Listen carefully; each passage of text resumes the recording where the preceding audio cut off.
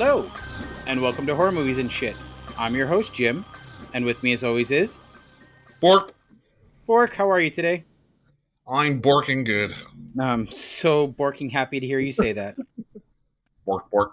Uh, we have a special guest with us, That's right.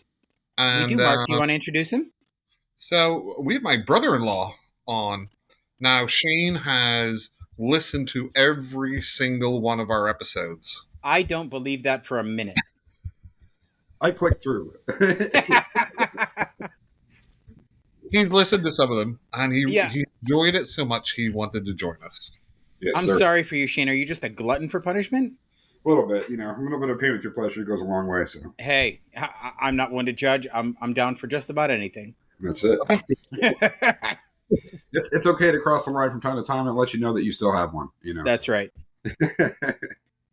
So, Mark. hello, Shane. Shane.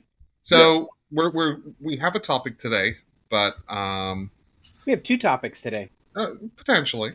But just wanted to ask, what is your favorite horror movie? Although I know it, but our audience doesn't. My I favorite don't. horror movie would have to be just my childhood favorite would be Pumpkinhead. Oh, fantastic choice. Yeah, that's one of them. Of course, growing up with Tales from the Crypt, which again, thank you, Mark, for opening my eyes to the spooky marathon. That was a blast. Getting to meet John Kassir was once in a lifetime thing for somebody who grew up on his stories. So Right, that man read me to bed every day I had HBO. yes, yeah, I mean, you had a good childhood when that guy was telling you bedtime stories. When so. that laugh soothes you and your eyes start to close. That's right.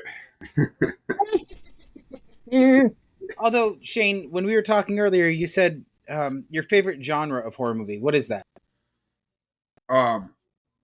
As to like you're talking about like zombies or apocalyptic or that. Yeah, whatever makes you happy. What I like genre of film is going to sell you on a movie? like I was saying, I like the ones that kind of are out there and different, with like The Happening, like I was telling you before, where if the story could be realistic to, destroy the entire world, like knowing, having a flash, having a what is it called, sun flare, destroy, the ozone and just taking everybody out. That enough in my eyes, when you watch a movie like that, sometimes make you sick to your stomach because you're like, that could potentially happen, Not so much of an Armageddon thing, like, because I feel like we have policies in play for that, but you can't stop a solar flare. I mean, you're done. That's it. Right. You That's true. Well, our policy, Shane, against a meteor hitting us is not going to work anymore because Bruce Willis isn't able to go into space. He's not even talking out here. I mean, that is true. The only option we have left is to nuke it from orbit, right? I feel bad. It's he's you can't not watch Die Hard during Christmas. I mean, it's not a Christmas film, but I think it is. It is a Christmas film. I cannot watch Die Hard during Christmas. I cannot watch Die Hard pretty much 365 days a year. I don't have anything against it. It's just not something that's on my normal viewing list. It's an absolute classic. It is. I don't disagree. It's just not something that I watch on a regular basis or that I even think about, to be honest. We could probably get into a debate whether it's a Christmas movie or not. No, it's 100% a Christmas movie. Yeah, because Christmas is integral to it. I love it when you use big words, Mark. Makes me feel smart. You think integral is a big word? It's huge. Hey, Jim. Yeah. Ooh. Sent chills up my spine, Mark. I know. Okay, can we get on with the nonsense? What are we going to talk about today, Mark? We are going to talk about killer doll movies. Are we? Funny you should say that. I happen to have a list. But before we get into this, yes, since we have a special guest here now, Jim, I know I kind of every episode talk about your traumatic childhood. Oh God, yes, you do. However, Shane has a skeleton in his closet. Oh, do you now? So please do tell. So Shane, I was informed that you once, when you were younger, you really embodied Chucky. Can you tell us about that? Wow, I completely forgot about that until you said something. Sharian's a dick. Yeah, no, for some reason I was infatuated with that whole series, and I, it's not my fault. My older sister, not Sharian, but the middle one, she gave me a knife as a kid, and I ended up cutting my brother an accent. But it's just you take on what you see, and one night I happened to come across HBO, and there he was, and So apparently, and you can correct me, this is just a story I was told. You were handed like a large kitchen knife, and we're told you're Chucky, go be Chucky. yeah, that You was went around trying to stab your brother Yep. and your other sister. Yeah, that's the sad part. That was, I'm telling you, my sister was trying to turn me into Mike Myers. I mean, I had the knife. It was, but yeah, I had these overalls on because in Connecticut, snow and everything. So Wait, you said Connecticut? Yeah, that's where that incident happened. My mom went back up there. Where in Connecticut? Bridgeport, I believe, is what it was. Ah, okay. Yeah, so that goes to tell you everything. Listen, I grew up in Connecticut, so I feel the pain. I get it.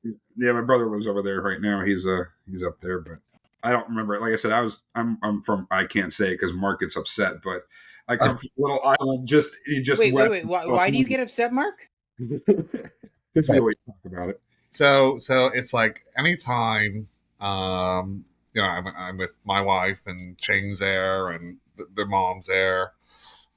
Oh my fucking god! It's this certain place, the last state that went into the United States, is where they spent some time growing up. Okay. And so everything is, give me grinds and my slippers, and it's. Wait, so you're upset that they use the vernacular from where they lived? No, they just talk about Hawaii all the time. So I basically have. It's called pigeon, and yeah, it comes out when we have a few drinks. It comes out a little bit. Basically, have like an equivalent of a swear jar. And so anytime it's brought up, Shane owes me $5. Well, I had to quit speaking pigeon when I came here because really, to mainlanders, it sounded uneducated, if you will, which it's not. It's just we shorten things down, So if you were to ask somebody, where are you at? We'd be like, hey, brother, where you stay? You like a grind before you go for a ride. You go eat before you go surf. These kinds of things is what it is. But well, they are howlies.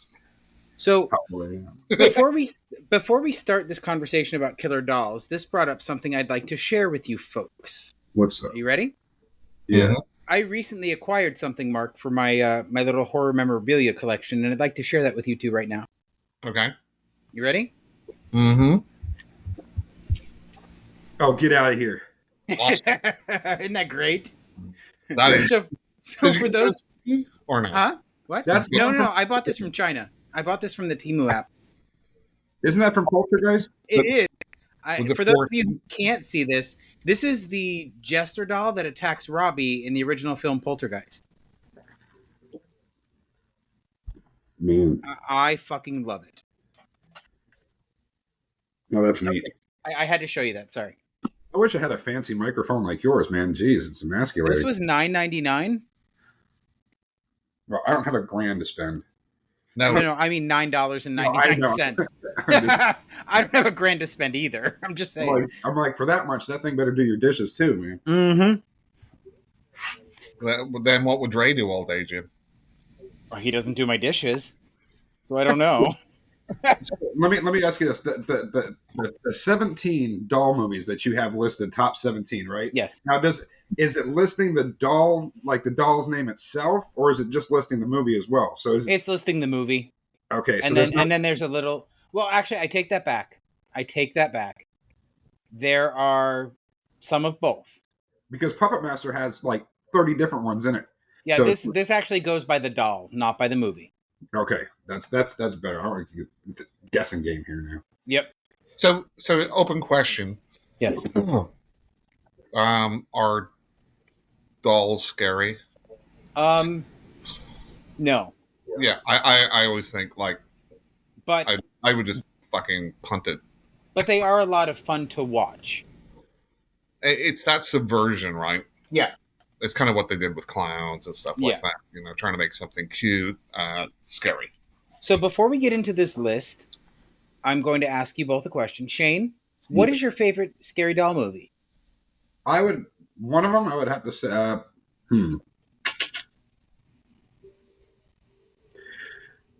I would say Puppet Master was probably like one of the first ones that I do remember watching as a kid, but for some reason I like Dead Silence.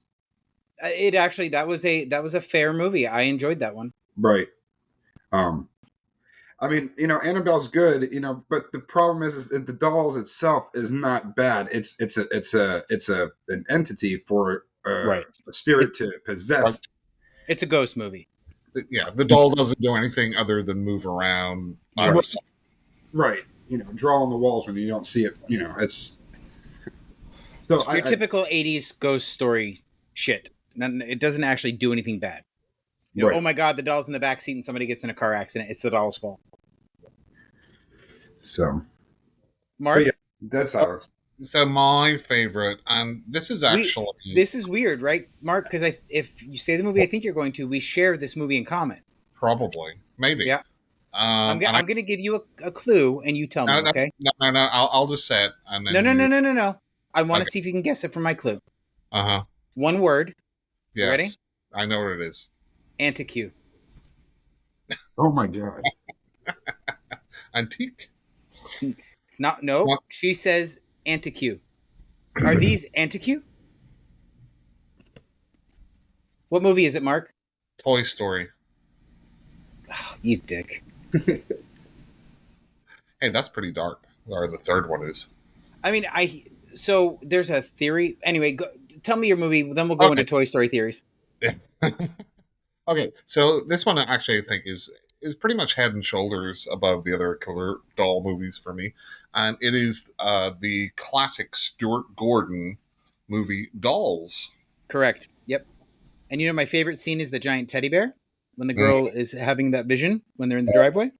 Mm-hmm. I think it's just overall they make there's so many different types of dolls, and we could it's probably on your list. Hopefully, we could talk about it. God, I hope so. If not, we'll talk about it afterwards. So, Shane, are you ready? Are you ready to talk about some dolls? Yes, let's do this. We have three grown Gen X men talking about dolls. This is the queerest podcast we've ever done, Mark. I'm just saying. So hang on. So Shane, we're talking about actual dolls, not your sexy type of doll that you. Wait, whoa! Wait, I'm sorry. Sexy dolls? What? Like a blow up doll, Jim. Yeah, that didn't last too long. Is that a thing of yours, Shane? Well, like I said, it didn't last too long. I set her down on something sharp and she deflated. So another little prick. And that's what she said. Anyway. Okay. Shall we begin? Yes. Okay. Number 17, I don't consider a doll. Okay. So we're going to start. We're off to a great start. Number 17 on this list is Megan. Yeah. God, I knew it. She's a robot. She's not a fucking doll. Yeah. She's a robot. She's built as a robot. This is not a doll. I think that's kind of semantics. No, it is not, because the rest of these are either puppets or actual dolls. Well, no, but it is a doll meant for a doll. It is a robot. It has. No. Here's the difference. I have a. No, this is not semantics, and I will tell you why. Listen. It has servos and motors and circuits. The rest on this list do not. Therefore, it does not belong. So like the Chucky doll, right? It moves its mouth, and it's got motors. But that has nothing to. No. I'm talking about the character. The character of Chucky does not have embedded servos. Its movement is because it's possessed by the spirit of Charles Lee Ray. That's true. It's battery powered. It does things. It moves. It's more like a scary Teddy Ruxpin. Yeah, right. Exactly. It's not the same. In my opinion, it is not the same. Okay. Well, this is where God bless Ray. Shut up, you dick. Okay. So Megan, Jane, have you seen it? Yeah, I wasn't too crazy about her breakdance and all that going on, and it's I don't know. I guess I expected more from the movie. Yeah, I expected more horror from it too. Yeah, the way that they portrayed it in the previews, I hate it when they do that, and it builds up this idea of what you have, and it kind of lets it down. So now, did you watch the unrated version or the theatrical version? I don't get to watch R-rated movies, so it's not much. Is that a condition of your release? I didn't see the unrated version. No, I didn't even know that they had one. To be honest. Yeah, it's got a bit more blood in it. Jen, what do you think about it? You didn't like it? No, it was okay. It was okay, but it was not great. I expected for it to be a lot more fun, and it really seemed to try and toe the line between being a fun, campy movie and a serious film, and it did not do that well for me. I wish it had gone totally camp, and I would have had a lot more fun watching it. So yeah, I think it does kind of straddle the lines a little bit as far as what is it trying to achieve. Right. I will say that the end scene, the robot battle in the movie was pretty well done. I enjoyed that. That was a lot of fun. Yeah, I mean, it gets points for me right away because I like the lead actress, Allison Williams. And I like her in anything she's been in that I've seen.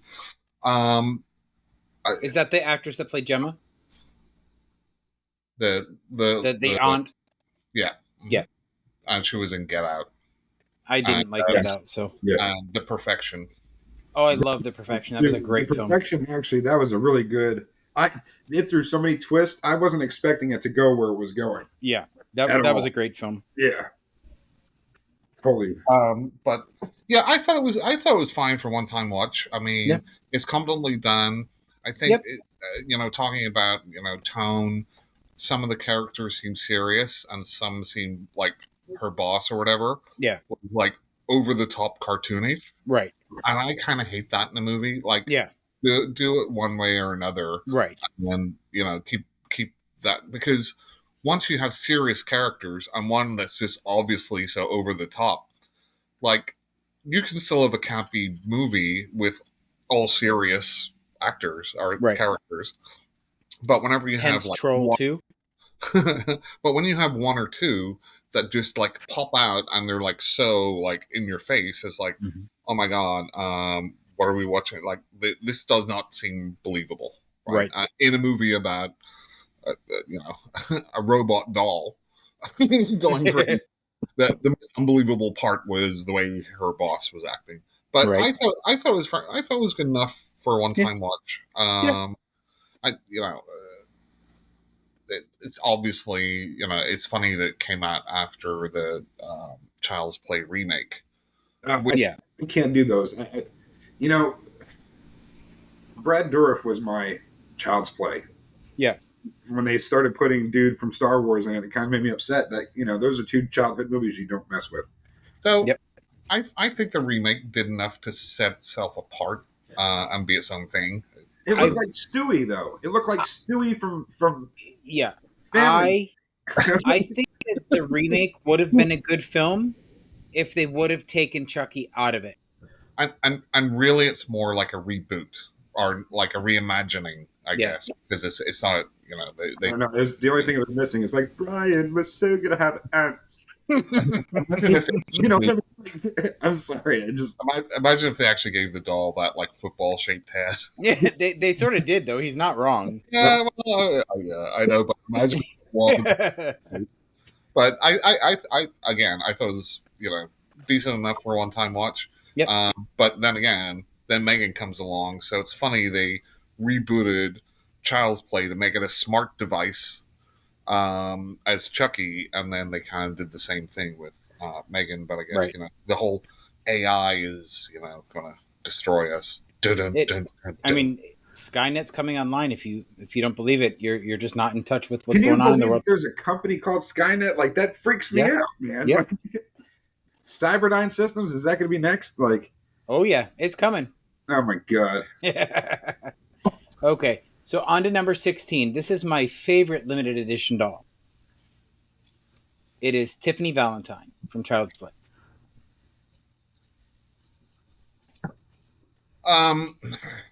Okay, Shane. Go ahead. What was the question? I'm sorry. There was no question. We're just discussing Tiffany Valentine from the Child's Play series. Tiffany Valentine. When, oh, yes, yeah, yes. Tiffany when she puts herself in the Belle doll. Yeah. I think she did. I mean, honestly, I would have never thought that they would have worked as well as they did together. But Jennifer Tilly doing a good job on that. Jennifer's fantastic. I love most everything I've seen her in. I love how she went from an Oscar-winning performance in Bound to doing Chucky.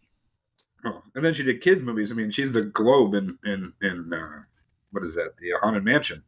Yep. Oh yeah, Madame Leota. Yes. Well, I mean, Brad Dourif is like an award-winning actor from going back to when Flew. Well, no, but she went directly from her award-winning, her Academy Award-winning film Bound to playing Tiffany Valentine. Right. Are you like sure? that was her next project? Are you Yes. sure? I'm fairly positive because it was Okay, brought up when she was. So I as the audience knows, I have to fact check Jim because he's Please usually do. wrong. Yeah, I usually am wrong. You're right. But go ahead and talk while I look this up. Okay, so I absolutely think Jennifer Tilly was magnificent in the part of Tiffany. And I think it's fantastic that she's doing the TV show. I love seeing her on the screen still. Yeah. No, I agree. She was perfect for that role. And I think it's funny. You know what I really think is funny is the first time her and her sister were on screen at the same time was in the Chucky series. In the last season. Well, I was just telling Mark about that earlier today. I think it was today or yesterday. Like in the Nun series and also with the Warrens and the Insidious, that her younger sister, actually, Lorraine Warren, her younger sister plays the nun. Yes. The nuns, yeah. I didn't know that. I found that out. I'm like, oh my goodness. But they're like, well, you know what's funny is apart. I don't like the Nun movies, but two things are funny about that. I dressed up as the Nun for Spooky this year. Yeah, you did. Yes, you did. I did. You saw video evidence, and then, but even still, the sister, I know her from the first season of American Horror Story. Yes, that's right. She was, wasn't she? She was the daughter. Yep. See, I liked it when they had what's her name? I'm blanking out. Connie Britton or Jessica Lange? Jessica Lange. Thank you. Oh. Dude, I love this series when she was in it. When they put Lady Gaga in it, it turned into a vampire porno, and I wasn't very happy about that. I'm not going to lie. I dropped out during Hotel, and I have... That's what I was... Yeah, and so if it doesn't have Jessica Lange, I can't. I did watch Roanoke, and that was okay. And Yeah, I watched the season where they split it, where they did the vampires and then whatever the other story was. Right. And that was just okay. Or the aliens, I think it was. And that was... Excuse me, again, just okay, but I haven't seen anything since. Well, back to your list here real quick. I'm just curious because I want to know, is the Saw doll on that list? I am not going to give any spoilers, sir. You're just going to have to stay tuned to find out. Okay, because I'm going to be upset if it is. So being the Snopes.com of this podcast. Jim? Yes. Bound, 1996. Okay. Bride of Chucky, 1998. In between that, she was in Liar Liar, Gun, The Wrong Guy, Bella Mafia, Music from Another Room, Relaxes to Sex, and Hoods. Wow. Dude, Liar Liar was great. I keep forgetting that she has such a wide portfolio of work. I really do. Well, obviously, because you thought she just went from... I did. Bound to Tiffany. Yeah. But, I mean, so let's be honest with that, Mark, though. A lot of those movies that you mentioned in between are bit parts. I'm talking about lead roles. Are they bit parts? Yes, they are. So she was a bit part in Bella Mafia. I've never seen it. I don't know. Exactly. So how do you know it's a bit part? How many scenes was she in, Mark? I don't know. I haven't seen it. You're the one making the claim. Well, I'm asking because you're the Snopes. So I'm asking you to fact check me. No. You make a claim, you back it up. Okay. So anyway, let's Anyway. move on to number 15. You ready? Yep. This is a movie I have not seen, Oh, but it is an 80s movie. I'm shocked. I know. It's Dolly Dearest. I have no idea. I don't know, but the doll looks familiar, but I don't think I've seen this film. Yeah, I saw that a long time. I got basically no memory of it, but it was one of those post Chucky type ripoff ones. Right. I can't even remember anything about it, but I know I've seen it. So the title of this movie shares a name with a doll factory that gives birth to this malevolent doll, as it's situated directly adjacent to an underground Mayan tomb from which an evil spirit is unleashed. Okay. I mean, it sounds just like every other killer doll, but I don't really know anything about it. So let's move on to number... But hang on. So there's only two ways you can go with killer dolls, really. Right. It's possessed, or it's like an animatronic gone wrong. Well, not true. So not true, because the dolls in Puppet Master are specifically made for killing, but they're not necessarily animatronic. But they use like the occult, right, or something. Right, but they're not possessed technically. Well, you know what I mean? Magic or animatronics going wrong. Magic. Okay, fair enough. I'll give you magic or animatronics going wrong. I'll give you that. Okay. So next we are on to another movie that I have not seen, and I don't know why I haven't seen this. I know the name. We're going to talk about Lilith from Finders Keepers. Not seen it. Me either. Shane? I don't know the Finders Keepers. We're relying on you here, Shane. No, unfortunately, I don't know. I mean, you did pick the category, Shane. How could you not know this? But, honestly, I guess I need a refresh on some of these things. I'm just kidding. With you. Yeah. So I'm going to read the synopsis really quick so that we at least get an idea, and maybe one of us will check it out. The daughter of a recently divorced mother, Allison, becomes obsessed with a doll named Lilith, and strange occurrences plague their home. Claire and the doll quickly form a strong bond, and anyone who tries to sever it pays severely. So, what year was this made? I don't know. I don't have that information. Okay. And it's Finders Keepers. Finders Keepers, correct. Let me see. I'm just interested. It sounds like it's probably I mean, honestly, even the picture, it looks more recent, but I don't know. Okay. There's a number of different ones. Let's call Finders Keepers. Okay. This looks like trash. That's never stopped us before, sir. Just going by the cover. So this is a 2014 TV movie. Oh. Jamie Presley. I do like Jamie Presley. Tobin Bell's in it too. Wow. Is he? Huh. Let's see. What did Marina Sirtis is in it too. Wow, how do they got all these people in this fucking movie? I know, I gotta look that up. What sort of rating did IMDb gives it a 4.3, but that's pretty good. Yeah, for IMDb. Yeah. It's like for you, that's like a 7. Yeah, I mean pretty close.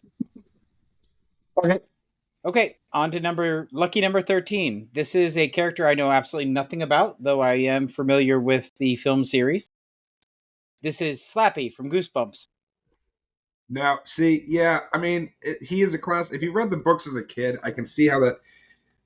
I'm too old to have read these books as a kid. I saw the movie with Jack Black in it. Right. It was, yeah. Mm-hmm. Yeah, and Slappy was like the main villain in it. Mm-hmm. I seem to remember. But I think the book one was scarier looking than the movie, honestly. Yeah. So is it referencing the movie, or it is? It's referencing the movie. Mm-hmm. I assume it was on the Goosebumps series at some point, right? It does. It says, as a standout villain, it makes perfect sense that he would be given the villain spotlight when Goosebumps made the transition from TV show to movie. Right. I actually quite enjoyed the movie. Yeah, the movie wasn't bad, but I mean, I'm going to be honest. I remember next to zero about this film. Because you just said that you knew the Yeah, I name. mean, but- and I'm not gonna lie, I apparently have seen this film, but I don't remember Slappy at all. Because Ray is a Goosebumps fan. Like, he loves the films, so I know I've seen it at some point, but I don't remember it. Shane? I mean, I don't know if I would have put it on the list of top 17, but I mean, being that it was a childhood book for me, I mean, like I said, I was an 80s baby, so I wish they stuck a little bit truer to the original book. That's all, for the look of it, I guess. I'm old school like that. So, keeping with the ventriloquist theme, we're going to move on to number 12, which Okay, is. so I've got two ideas for that. You want to take a guess? So it's either Dead Silence. No, I don't want either. Or it's pick one. Magic. I'll go with Magic. Yeah, it's Magic. Mm-hmm. I absolutely adored this film. I thought it was completely unhinged and fantastic. It's absolute magic. Absolutely. Shane? I'm having to write that down because that is one I did not see. So this is Anthony Hopkins. A very young Anthony Hopkins. Really? Okay, yes. Good. And he plays a ventriloquist with a doll that convinces him to do terrible things. All right. Well, that's something I definitely have to give a watch to. You know, that man wrote a symphony at 14? Mm-hmm. Oh, I love it. It's a fantastic film. You will not be disappointed. All right. So, Shane, he might have written a symphony, but he didn't chase people around saying, "I'm Chucky" with a knife. So, you know what? No, he just made a guy cut his face off. You know, but he didn't actually inflict any pain. So, is he really at fault? Well, that's true. That's true. Morals. Okay, so this next one I do not know. It's black and white, which is.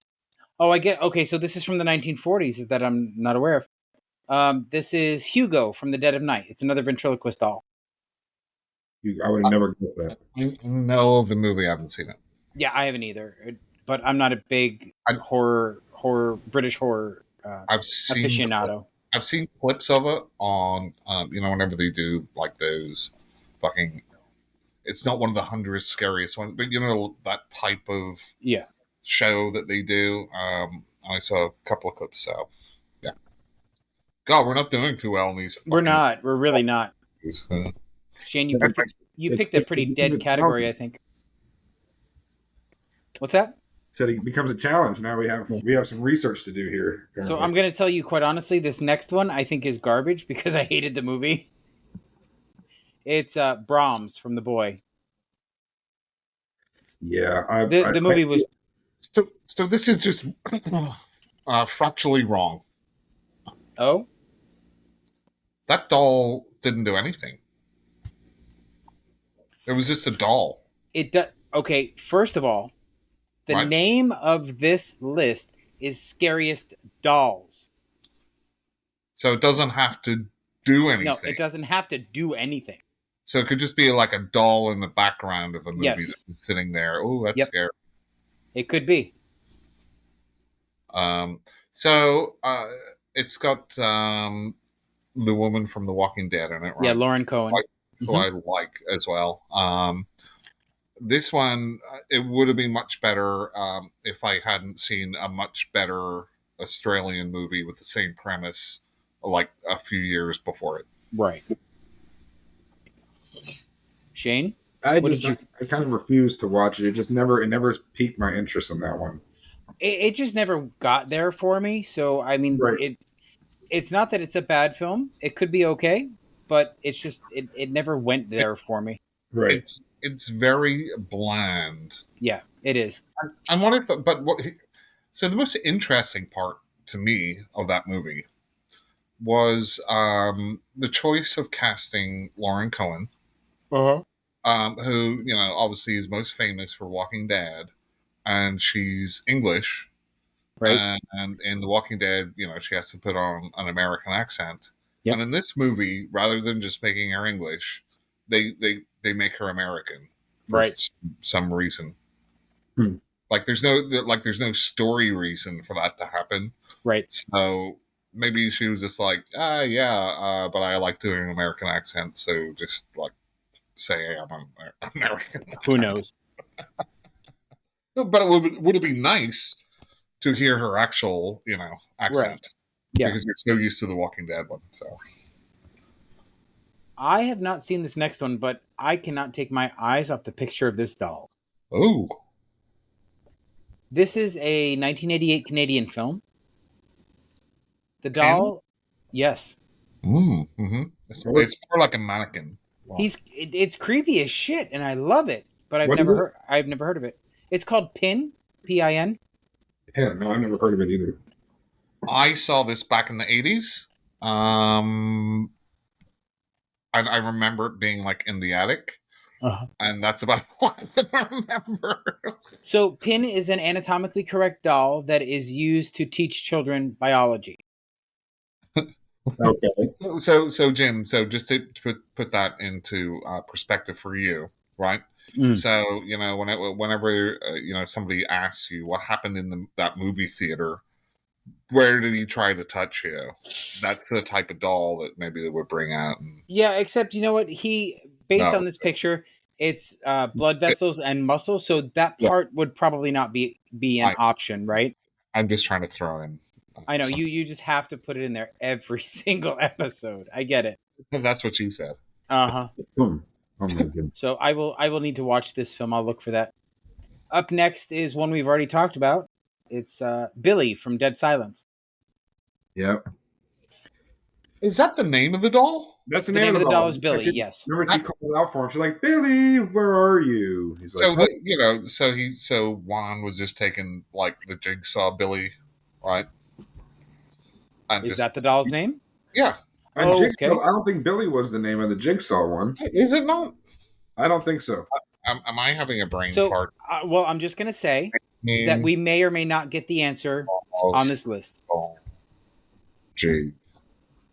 No, Mark, do not ruin it. Well, I'm gonna fucking ruin it. I don't care. Shut your mouth.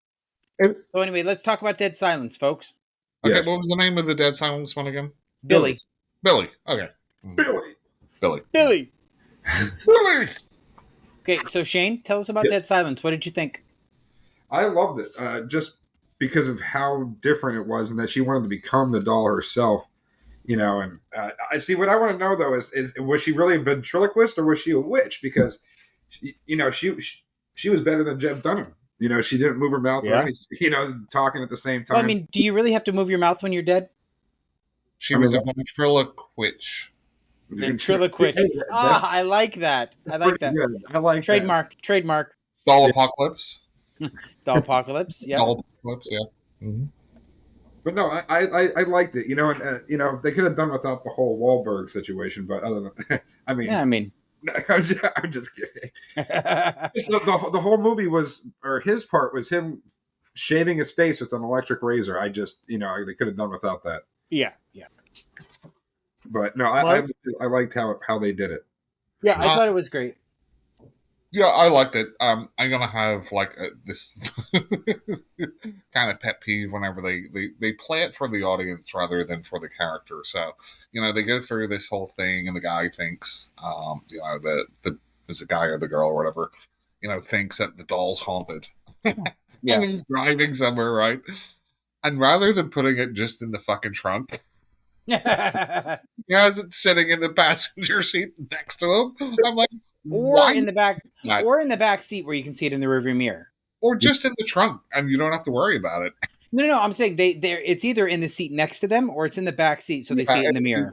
But yeah, I like that. I like the ending of it too. I thought it was really well done. It was atmospheric. It was creepy. It was really a well done movie. Yeah, I mean, it's not like fucking 10 out of 10. To me, it's like a 7 out of 10. I'd probably give it a 6, but yeah. So that's like a 9 out of 10 for most Pretty people. Much. Yeah. So we're on to number 7, and it's another Billy. What movie is he from? Saw. Yeah, he is. It was Saw. Okay. Yeah. Well, okay. So I listened to your podcast, and I remember one of them you guys were talking about the Saw movies, and I don't know who it was. Who said that you didn't like it? Me. See, now we're in your discussion there. I loved it for the fact now when you find out why John Kramer is John Kramer, that didn't hit anywhere with you. Like No. the fact that he recognized it had nothing to do with him trying to kill himself. It had to do with his child being lost. Yeah, no. That's the. So You have to remember, Shane. I have no heart, Oh, as gee. Mark is very, very but apt Jim, to say. Jim, you haven't watched the series, right?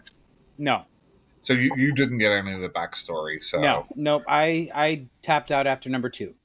Yeah, so you have to go further into it in order to see why No, John thanks. Kramer is John Kramer. No, And- thanks. I'm pretty good because the first movie was so fucking boring. The I'll give acting you was so terrible up until that twist at the end. That's the only part of the film I like. But I'll give you that. But that whole first movie comes, it's you. Oh man, if you just watch them all now, this new one that's coming out, I don't know where they're going to go with it because the last movie kind of summed it up. Right. But what's Saw X? I love this Saw series. Now I don't the doll. I don't. Yeah, it's creepy. Yeah. But it wasn't possessed or anything. It kind of just moved its mouth in order for him to portray his message. Right. So he doesn't really do anything like you said. It doesn't have to, I guess, necessarily kill people. But Yeah. So Shane, you haven't seen the new one? Is that what you're saying? Saw X? No, he's saying it did. It explained everything. has it come? No, has it come out yet? The Yeah. Saw. Well, it's not on streaming, but yes, the movie has come out. Yeah, Oh, I thought it was coming out like in December for some reason. no, No. I saw it in the movie theater. Yeah. Okay, I have to go see it then. I didn't know. So just to let you know, it's not a spoiler or anything. So it happens in between Saw 2 and 3. Right. So That takes place. Okay. right, and that's how they get Jigsaw back in it because it. I was wondering how they were going to do that. I don't know if there's many other series where your main protagonist dies in part 3, and then there's 7 more movies after. Right. Well, I mean, he was kind of a genius. Not only that, he let people do his work for him. But Yeah, I mean, they definitely stretched that out, and I really like most of the Saw movies. There's only a couple I'm Well, like, eh. I'll tell you, in the third one, man, when that chick gets thrown into that vat of needles, I That did hurt. I've seen that scene, and that hurt. that's what I'm saying. Like they did such a good job with the way that they did the torture levels. I was like, that's something you got to be on a sick level to think of something like that. I love it. So on to number 6. This character is aptly named Doll. Yeah. It's from one of Mark's favorite directors. Do you know it, Mark? Toby. Dario Argento. Oh yeah, from Deep Red. Yeah, and that is one creepy ass fucking doll. And It is. It's really like surrealistic, Yeah. and how he shot it is just amazing, and Yeah. it doesn't make any sense, and but it's just great. Mm-hmm. It's called Doll. Mm-hmm. Wow. Well, the film is called Deep Red. The character, the doll, is just called Doll. But the movie's called Doll. Movie's called Deep Red. And Shane, if you just like YouTube it, I'm sure it will come up. Just YouTube like Deep Red and Doll scene. It is super creepy. Yeah. And it's only one scene, and that's it. There's nothing else. Oh, see, that's the first thing that comes up when you look it up is that doll scene. Yeah. I'm always scared because I feel like if you ever see Ted 2, where he's like, it doesn't matter what you look up, it just comes up with black cocks. He's like, look, I'm gonna Google the Grand Canyon. Look, it said, did you mean black cocks? So it's like, oh, I see. Yeah, that is a creepy. Yeah, creepy doll. Yep. Oh my god, it has like buck teeth, like howdy doody. Yeah, all right. Yeah. I wonder Yeah, how doodie's on it. When it moves forward and stuff is just like. Is that what the dolls they have in Ireland look like, bro? Yeah. No, Really? Argento, like the cheese. Yeah. Cheesy Italian goodness. That's Sargento. I know. I'm sorry. I couldn't help That's myself. okay. That's I'm okay. a dad, so dad jokes. And listen, anybody that gives Mark shit, I'm happy to oblige. I couldn't help myself playing on words. So we are on to number 5, and number 5 has already made an appearance here tonight. The doll is aptly named Clown. Yeah. Oh, there From we the go. movie Poltergeist. Yep. You know, it's crazy how close that doll is to the same one in the movie The Game. I don't know if you've ever seen it. It I has have not. Michael Douglas is in it, I believe. So, Oh yeah, I've seen that one. Yeah. Yeah, that doll kind of. I'm surprised that's not because that doll kind of creeped me out as a kid. I'll tell you that. But, anyways, you know, I watched like YouTube reactions to movies, right? And whenever anybody's watching Poltergeist for the first time, always whenever like the clown shows up, everyone like to a person is like, "Who the fuck would buy that for their kid?" They're staring at them. I bought it for myself. I don't care about kids. Oh, well, yeah. Well, I think it's great. I think I have a few things I want to add to my Christmas tree this year, including one of them being the Saw dummy. Right. But you know what I mean? I do. Good bed. So Poltergeist, Shane, have you seen it? It's that Shane. Just so you're aware, that is one of Mark's favorite directors. He loves Tobe Hooper. Yeah. Yeah. I mean, he cannot say enough good about Tobe Hooper. Can you, Mark? So Jim is being sarcastic as usual because that's the lowest form of wit and intelligence. I never said I was smart. So Tobe Hooper made one of the best horror movies ever made, right? Yep. An absolute classic with the Texas Chainsaw Massacre. Yep. A lot of his other work is subpar, in my opinion. And Poltergeist, I don't really see a lot of Tobe Hooper in it. I see mostly Steven Spielberg. Really? So I don't even know if he directed it. Well, he did, but, you know, did he? Yeah. Wink, wink. He directed it. Yeah. Because wink, wink, nudge, nudge. It's not because Spielberg was working on, I think, E.T. at the time. I think. And, you know, you can't be doing two things at once, but maybe you can. So we are on to number 4 on our list of the 17 scariest dolls. Are you ready? So number 4 is Blade. Yep. From the Puppet Master series. Puppet Master, yeah. Yeah. I kind of feel like the Jester puppet is more iconic. Yeah, I don't disagree with that. Spinning head. It's probably number 2. Pinhead, the other one. Like, they're all iconic. I love them. No, doesn't it? The Jester, his head spins, doesn't it? And he has 3 different faces. Right. And you can buy like 1-to-1 replicas, I think, on like the Full Moon website. And here's the question, right? Like, I didn't realize this because it's probably been 20 years since I saw this. Any other than The Littlest Reich, any of these films, but I did not realize he was putting a part of his soul into each doll. Right. So that leads credence to Mark's magic theory. So it's the original Horcrux. All right. Yeah.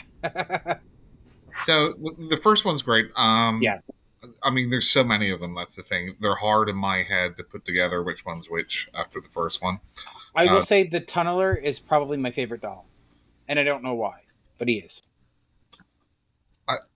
Yeah, I mean, like I say, you know, low budget Full Moon. Yep. Aping off Child's Plan, those types of things. But they did a fantastic job coming up with, like, even the Leech girl and, you know, then they had the 6-shooter guy. And they come up with really interesting dolls for these movies. Yep. I saw The Littlest Reich, and that's the one I do remember because it's most recent. Yeah. That movie's fucking weird. It is, right? You know, Jane, what did you think? Which one that he was just talking about? Any of them. I mean, I always thought that the dude with the little head was always right for me. I mean, I forgot what it was. I think was it Pinhead? No. Yeah, there is a Pinhead. Yep. And I believe that's him. Yeah. Yeah, he's pretty cool. Yeah. Yeah, I feel like Huh? No, go ahead. No, I said I feel like I resonate with him. So we're ready to move on to number 3. You got more to say, Mark? No, he's pretty strong, Shane. So he is. How do you big hands? Yeah. Well, I hear you on that. We're not going to do this "show me your Pazuzu" thing, are we? I was about to say, you know, it doesn't go along with the Pazuzu, but Number 3 is, of course, Annabelle. Yeah. I mean, I'll be honest. I was a lot more intrigued when I first heard the story, knowing it was a Raggedy Ann doll. Right. I don't find Annabelle scary at all. I watched the most recent Annabelle, and that was actually pretty decent. But you know, I fucking Warrens. How do you not like the Warrens though? Because they're just fucking scam artists. It's like if somebody made a movie about whoever is sending out emails about I'm a Nigerian prince, and I want to move to the U.S. and I have $1 billion. Can you give me your bank account number? If somebody made a movie about the person that came up with that, I wouldn't like that character. Well, I mean, scam artists are not like. I'm just saying they did make big movies about. I mean, Amityville Horror. That was, you know, and that there's a bunch of movies that they made because of the stories that they portrayed, if you will. Hey, Mark, have you seen that meme where it's got a picture of a guy, or it has a picture of an apartment with just like pallets of money, and it says somewhere in Nigeria a prince has died because he couldn't give away his money. That poor guy. Yeah, I've seen that. Yeah, but Amityville again, just another scam. People bought a house. Yeah. They couldn't afford the mortgage payments, and so they worked with the Warrens to come up with some fucking story, and that's what it is, just a story bullshit. Yeah. Well, like Jim said, I was intrigued when I found out that it was a Raggedy Ann doll, thinking I had what was it, a Raggedy Andy was the boy version of it, I believe. Yep. You know, that's the only really 2 dolls that I, you know, as a child, you know, I did have a Teddy Ruxpin. You know, we all had a Teddy Ruxpin. Yeah, that was the coolest thing since sliced bread, man. And you know, mine still works surprisingly. Oh wow, I don't still have mine. Yeah, well, good luck trying to find a cassette tape. But you know, it's kind of weird when you put one in. It's AC/DC. Yeah, right. So, yeah. Well, so my cassette tape library was more Tiffany, and I probably should have known at that point. But my Teddy Ruxpin used to sing Tiffany a lot. And for our younger listeners, cassette tapes were old-timey ways to listen to music. That's right. We would wait up for hours on end just to record our favorite songs off the radio. That's true. And they took over for 8. They kind of replaced the 8-track basically, because now you can put anything you want on there. I actually had an 8-track. My first 8-track was the Smurfs Sing the Blues. Oh my goodness, Smurfs, man. Uh-huh.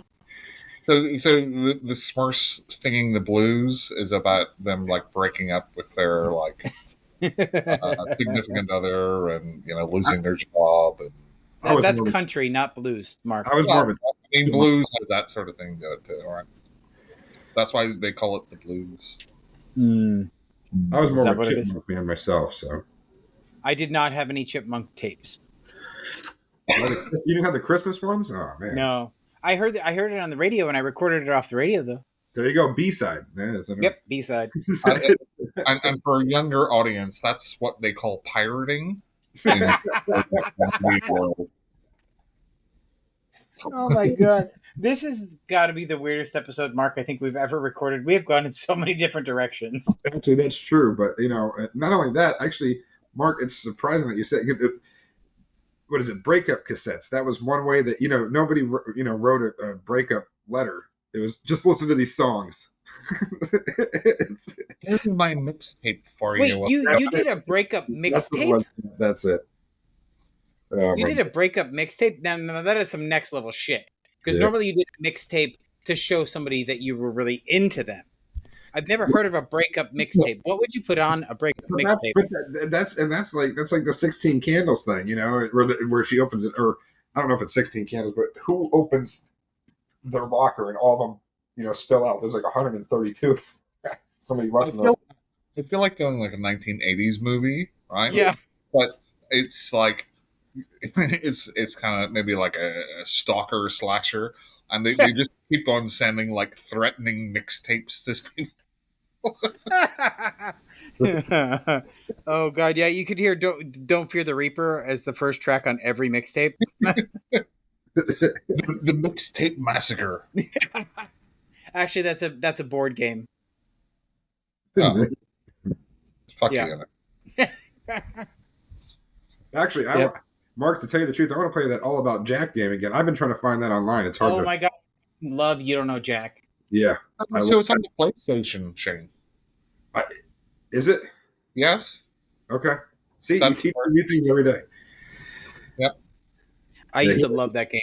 He had to walk me through my PS5, and it's kind of embarrassing because as a kid, like I said, I was in the '80s. We didn't have these kinds of things, and now it's No, like we had an Atari 2600 and Intellivision. that's it, right?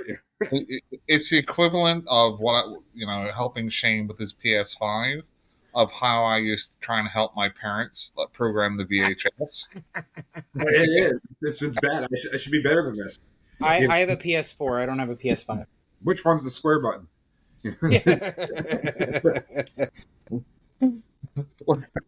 Where do I put the cartridge in? First. Wait, do you have the streaming only version, or can you play discs? No, I could do both. Okay.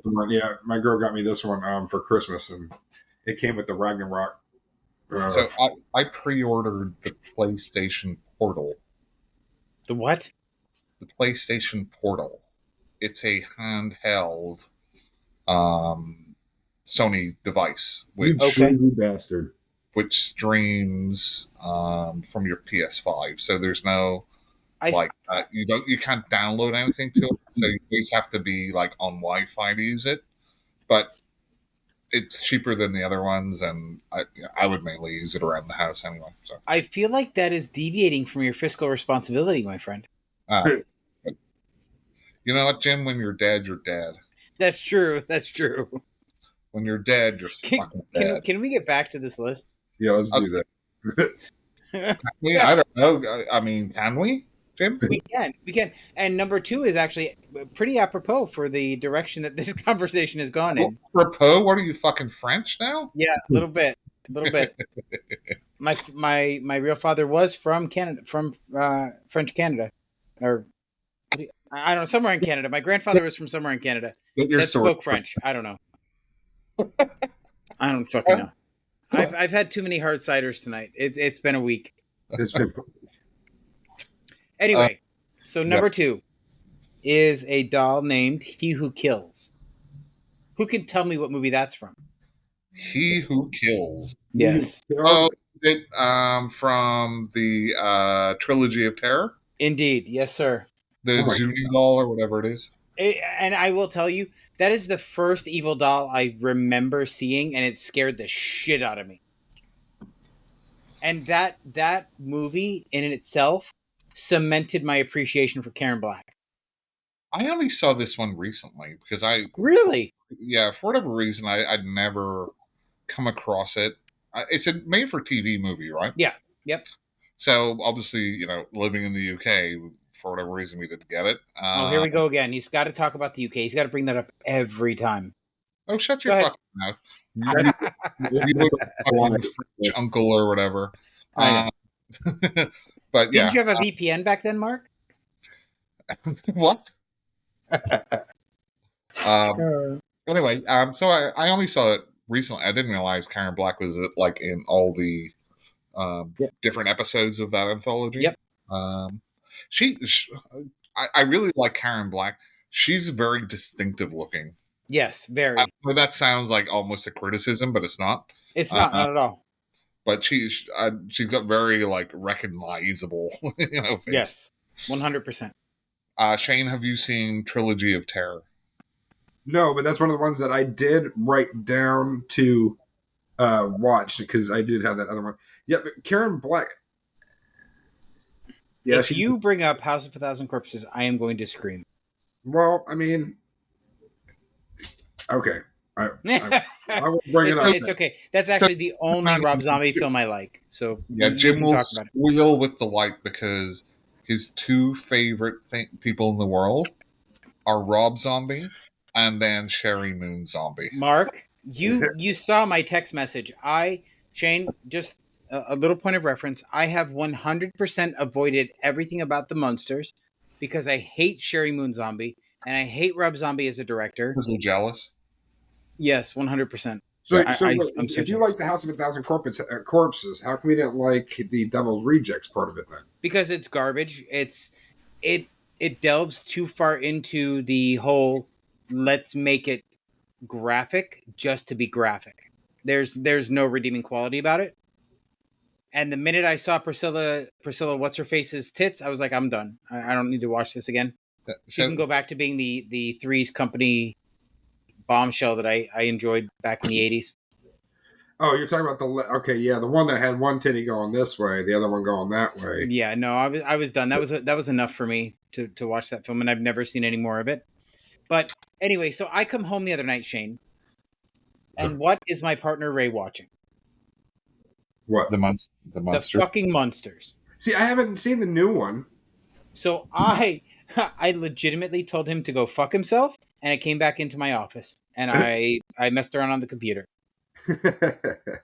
Showing Pazuzu to strangers. That's right, showing my Pazuzu to strangers. I like the old show, so I didn't want it to ruin my. I do love the old show. He told me it was great. It was campy. It was fun. He loved it. I told him I would watch it in hell. Hang on. Did he really think it was great? He did. He loved it. I mean, that might be grounds for divorce. I had that thought more than once that night. I will just say. I mean, oh, man. Anyway,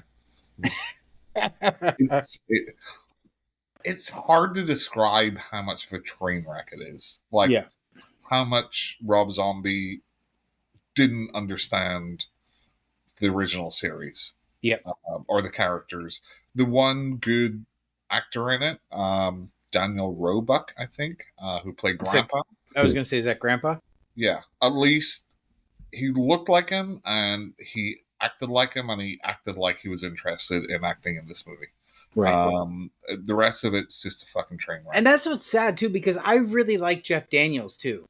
I am not happy that he is now associated with that film. Jeff Daniels? Yeah. He played Herman. Yeah. Really? No. Yeah. Not like. Okay. It's not Jeff Daniels, the actual big movie star, right? No, I believe it is. No. Okay. Hold on. I'm pulling it up right now. Okay, I have to synopsis again.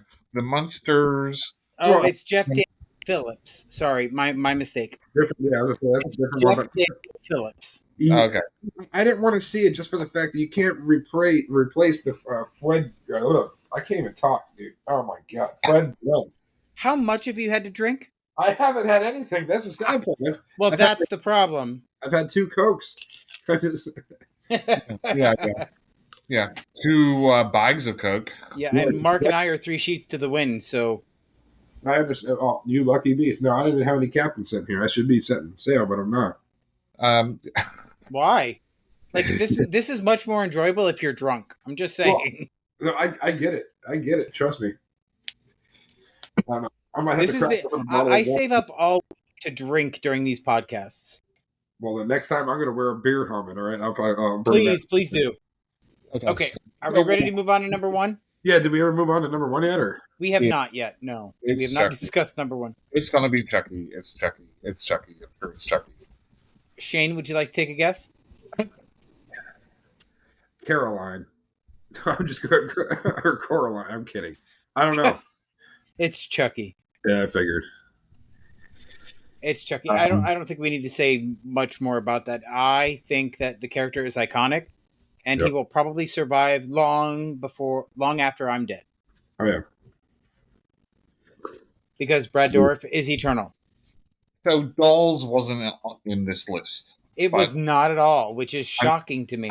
I'm thinking because there's not one. I mean, there is that kind of jester doll in Dolls also, right? Who's kind of like the main one. But like, there's no like one, like, there's so many dolls in it.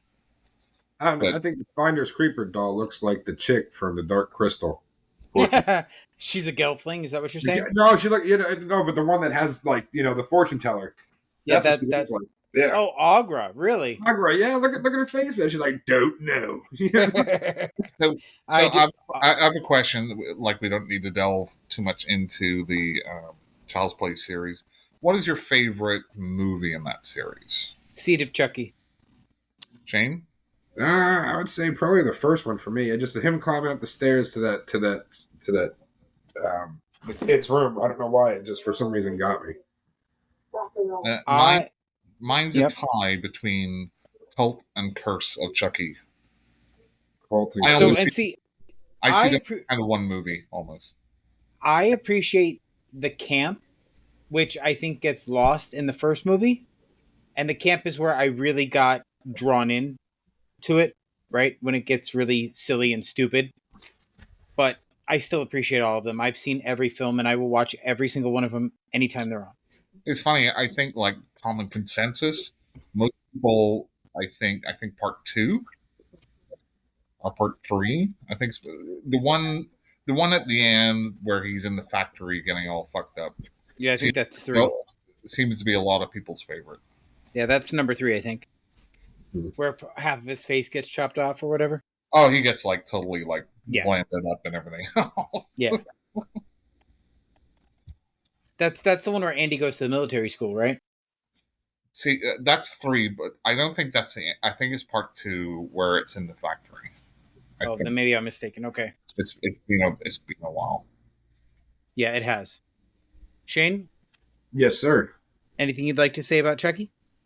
Nah, just like I said, the introduction to Brad Dourif and the character itself. That's like I said, the first one always stuck with me. And yeah, I agree. I think I have a tie. So, Mark, before we move on to what we've watched, right? There has been a challenge posted. Are you game? Your volume dipped down on me. So there was a challenge posted to Facebook for us, Mark. Oh, really? There was, by your friend Jeff. Yeah.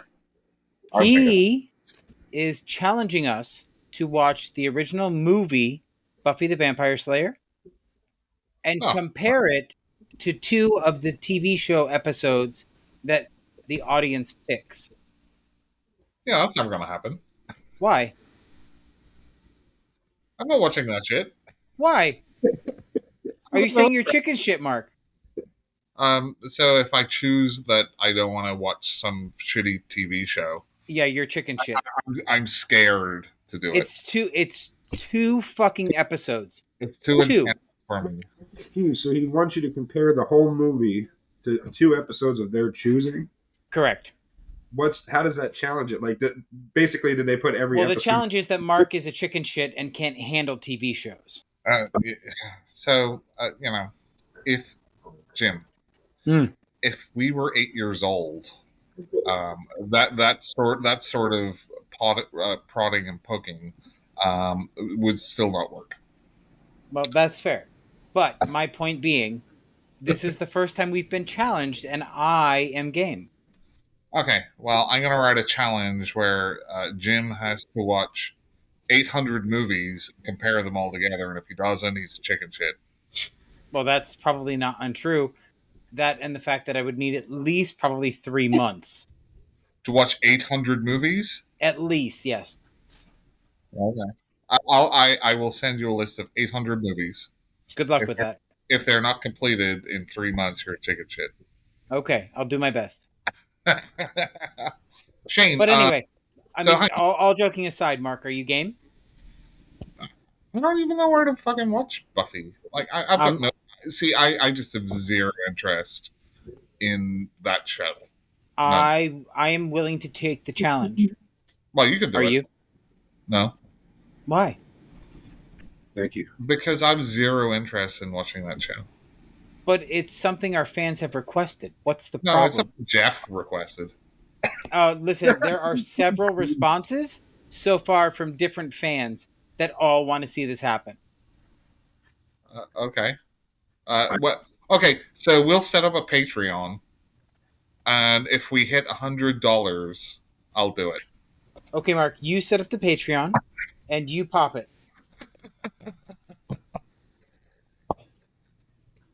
Okay. So we have With either we or. have So, but before we go on, Shane, is there any other horror movies you want to talk about? Ones you like, or ones that you don't like, or just anything in general that you want to discuss? No, I basically covered it when he asked what the genre was. I would, for me, it'd be the zombie movies. Him and I were talking a little bit before the show started, but Yep. I like it when they can explain exactly what it is that it's coming from. I don't want to just hear it's a bite on the hand in a bar fight. Okay, well, where did that come from? I like that you have a T virus. I like that you have the rage virus. I like that this, that, and the other. I just don't like it when they don't explain it. Is what I'm saying. so I have another list, Mark. Do you want to buzz through it? Sure, but I want to ask Shane. So, what's Yeah. your favorite zombie movie then? It would have to be Dawn of the Dead, but the George A. Romero one. Jim, have you seen that one? I have not. I'm sorry, not George A. I'm sorry, not George A. Romero. Who's the original? Yeah, George A. Romero. Yeah. Well, because in order for them to remake that movie, he had people came to him time and time again with scripts, but I guess the only one that got the list of it was the one who made the new one. So Dawn of the Dead is actually my least favorite of its first trilogy. Night and Day of the Dead are kind of tied for me, just depending what mood I'm in. But my favorite zombie movie, Jim. What's my favorite zombie movie? I don't know off the top of my head. Return of the Living Dead. Return of That the one, Living yes, with Tarman. Sorry, Dead. That my is a good mistake. one. Yeah. Okay, so we're gonna buzz through this, because this list is from BuzzFeed. But I will preface this by saying these are not all horror movies. These are all post-apocalyptic movies, or end of the world films. Mark, sorry. So, do you know what the best Apocalypse trilogy is, Jim? Mark, that is not a trilogy, and I will not suffer you to say that again. It is. It is not. So, Shane. Yes. John Carpenter made 3 movies, which are considered his Apocalypse trilogy. They are not considered that. That is a fan theory. So, theory. So they are the Apocalypse. A fan theory, right? Correct. It's not a fan theory. This is like a fan theory. Jim, have you ever explored outside of your own house? I have. Okay, so maybe you'll bump into people who like horror, and they will again correct you. So by people, you mean you? No. Yes. John Carpenter Apocalypse trilogy. Look it up. Okay, so let's look this up. Now, mind you, independently, I enjoyed 2 of these films, one of which I have not seen, so I can't say all 3. So the first thing comes up 11 days ago on MSN. John Carpenter's Apocalypse trilogy defined cosmic horror. And that's on MSN. Fake news. Every film in John Carpenter's Apocalypse trilogy, CBR. Screen Rant, John Carpenter's Apocalypse trilogy ranked. Need I go on? So I'm going to do you one better from the Seattle Film Festival website. John Carpenter's Apocalypse trilogy, The Thing, Prince of Darkness, and In the Mouth of Madness, was not conceived as a trilogy. No, Carpenter. Listen, let me finish. Let me finish. Mm-hmm. Carpenter later dubbed these 3 films a trilogy because of their thematic connections and bleak endings. Themes do not make a trilogy. Hang on. So, who said that it's a trilogy? Would that be John Carpenter, the person that made them? That is exactly what I just said. Yes. So hang on. So you're saying John Carpenter is incorrect? 100%. Okay, so he made the movies, but he has no idea that a proper trilogy contains some sort of storyline that continues from one movie to the other. That's bullshit, dude. It is not bullshit. So we have Fulci's Gates of Hell trilogy. Fulci sucks. It doesn't matter, but you're missing the point. I've not seen them. I can't compare them. You don't need 3 movies in a row with the same characters doing the same things. I didn't say it had to be the same characters. I said there had to be a so- continuing storyline. So say you bumped into John Carpenter. Yeah. Right? Hey, John. I know you made these movies, right? Yep. And I know you look at them as a trilogy, but you're fucking wrong. And here's why, right? Yeah, absolutely. So you sit there and just talk down. I would discuss with him. I would want to know his input, yes. And then I would explain to him why I think he's wrong. Because you know what, Mark? Opinions are like assholes. Everyone has them, and most of them stink. This is my opinion. No, but here's the thing, though. If the person who's doing the creation of something... I don't care. It's incorrectly identified as a trilogy. So you could, go up to an artist, right? And they've done a painting of, something, right? And they're like, this is my vision and this is what this is about. You'd be like, I don't see it, so you're wrong. That's not trying to tie 3 pieces of unrelated art together, Mark. You have that's a bad comparison. No, it's not. That is a bad faith comparison. Yes, it is. Well, you could be wrong. Yes, so can you. So, Shane. Yeah, I'm trying to look.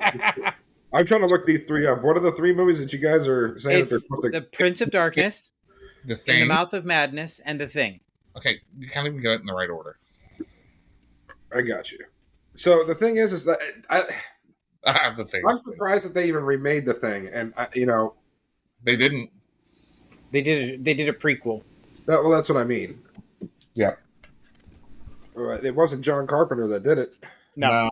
But he got his nice royalty check. Yeah, he's a whore for money, and he admits that, so it's okay. Yeah, at least he's upfront about it. Yeah, I agree. That was not meant to be disparaging. I meant that wholeheartedly. He fully admits it's all about the paycheck, and he's fine with it, and I'm okay. I'm okay with that. Well, that's why you get into the job to make money anyway. Yep. But I don't know. I don't know if I could personally see it as a trilogy. I mean, thank you. Well, hang on. So they're all about the end of the world. They are not. If you ask him the reason, no. His words, they are all about the loss of self. Nowhere does he say that they're about the end of the world. What does apocalypse mean? End of the world. He called it the Apocalypse Trilogy. No, he said they were a trilogy. He didn't name them the Apocalypse Trilogy. He dubbed them a trilogy. Well, let's see The Thing.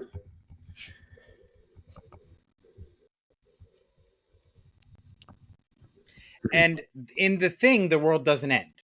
It's implied, but it doesn't end. No, the only one where it actually ends is in The Mouth of Madness. Correct. Both Prince of Darkness and... Again, it's implied that the Antichrist has risen, and that's it. Are ambiguous endings. Right. Oh, I actually watched a really interesting YouTube video about the ending of The Thing, and it was by New Rock Stars. The Deep Dive. It's really interesting because they go through and say, going by the movie and kind of like picking it apart, who becomes the Thing at what point. Right. And it's just very good. And I've watched The Thing 1,000 times. They had some insights that I didn't think of. So Shane, we've given you some time to do some research. What do you think? Actually, I'm going to watch all 3 again and see if I can't see where it ties in. I'm going to actually research that. That's something that I'm interested in now. So as I said, he has in no uncertain terms says that thematically they are related. There is nothing that connects the 3 movies. So you can have something thematic. So here's where you're wrong. You don't have to have a narrative that goes, over 3 movies. You absolutely plays them all together. No, you're just wrong. I'm not. You're wrong. Okay, so let's look at Nightmare on Elm Street, Friday the 13th. Let's talk about Final Destination. All of them have a story that continues through all of their movies. Oh, I understand, but that's not necessary. It is necessary. Name me another trilogy of unconnected movies. Okay, so we have the Old Boy trilogy. It's I cannot speak to the that. trilogy So of vengeance, sympathy for Mr. Okay, I can't even remember the name of it, but let me look it up. Old Boy. So Old Boy, if I'm not mistaken, is all about Trilogy. assassins, correct? No, what the hell are you talking about? They are assassins, are they not? Oh, okay. Old Boy was a greatly messed up movie. So I don't know. I'm gonna be perfectly honest. Wait, Mark. Let me preface this. I am completely ignorant about these movies. I'm asking a question. So Old Boy, it has to do with a guy who did some wrong to someone. They locked him up for years, let him out, and I mean, unless you're going to watch that, I don't want to spoil it for you. But Don't it's just Spoil it because it doesn't matter. well, no, don't spoil it for our audience. okay. Yeah, see, I don't want to. The movies are over 10 years old. Spoil the shit out of them. So No, for the it's enough to make you sick. Put it that way. It's enough to make you sick. so for the point of this discussion, Yes. the Vengeance trilogy is directed by Park Chan Wook, which Okay. is Sympathy for Mr. Vengeance, Old Boy, and The Lady Vengeance. None of these movies have any similar characters. They don't go on from one another. They're all their own entity. But he made them as a trilogy because they thematically are all about vengeance. Like us, we're a tripod. Look up the Vengeance trilogy as I'm reading it right now. Okay, I will be back after that. Okay. Wait. I actually do have a. No, never mind. That doesn't work. No, go ahead. Go ahead. We'll continue. We don't need Mark to talk. I was going to say death proof and whatnot, but they all kind of link. I was like, never mind. That's not going to work either. But anyways, what is that? Are we on a list right now? No. This is all shit we're pulling out of the top of our head. Oh, well, there's a bunch. I mean, look up Mel Gibson's Apocalypto is another one that was kind of end of the world, but I don't think that was end of the world. That was just end of the Mayans. Yeah, that didn't have to do with us essentially. But that's my point. Is I am of the opinion that in order to have a trilogy of movies, there has to be something that ties the movies together. It can't just be a theme, because in that case, you can say that Nightmare on Elm Street, Scream, and Final Destination all thematically deal with death. So they're all that's a trilogy. I see. And he's saying no, you can have a theme where it's considered a trilogy. Well, he's saying just because the director says it's a trilogy, it's a trilogy. I disagree. Well, where I'm saying is I want to see where the fans are trying to state that it is. That's what I want to research into. Right. Like, and it is widely held. It is a widely held belief that John Carpenter's those three films are considered an apocalypse trilogy. I don't agree with that theory. Let's see here. I can understand what he's saying, but I don't think that theme makes a trilogy.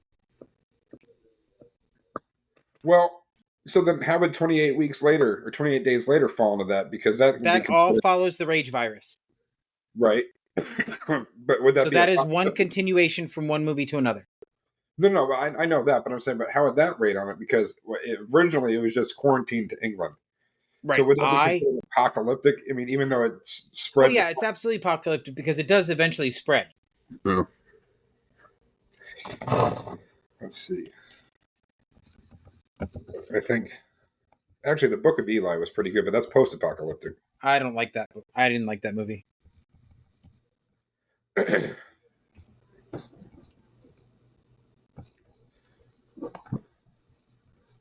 Let's see. Where did Mark go? Did he disappear again? I think he went to the bathroom, or he had to go let Luna out. I'm not sure which.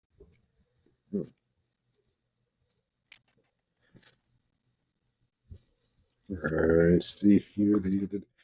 Well, how does Interstellar fall into that? That's my question. I wasn't a big fan of it. I love space. So Interstellar, I don't think would be considered apocalyptic, or because she gets taken to another place. Like the world doesn't end. No, I know, and that's the weird. But like, I had to watch it twice, and I think I need to watch it again because I'm still kind of in the mixed match of him staring through his bookshelf in another realm. Like, I had to watch it again, but I I love space movies, and this threw me through a loop. I didn't know how to keep up. Almost, it's like Right. you're growing corn, all of a sudden you're in space. Like, there's a big wave, and at me being from Hawaii, nobody thought to ride that bitch. You know what I mean? That's Yep. so, but they could stand. How is that wave that big? But they could stand on the. I didn't get it. I don't know. Interstellar. I'll be honest. I tried to watch it 3 times and just kept falling asleep. See, that's what I'm saying. I can't. But that goes along with, well, why'd you cast him? Well, we needed a guy with good looking abs that looked good with that t-shirt on. Yeah, I don't know. It never made much sense to me. I got so bored. Okay, Jim, put your Pazuzu away. I'm back. Well, don't worry. I've kept my Pazuzu on its shelf. Okay. So you were saying, Mark, continue.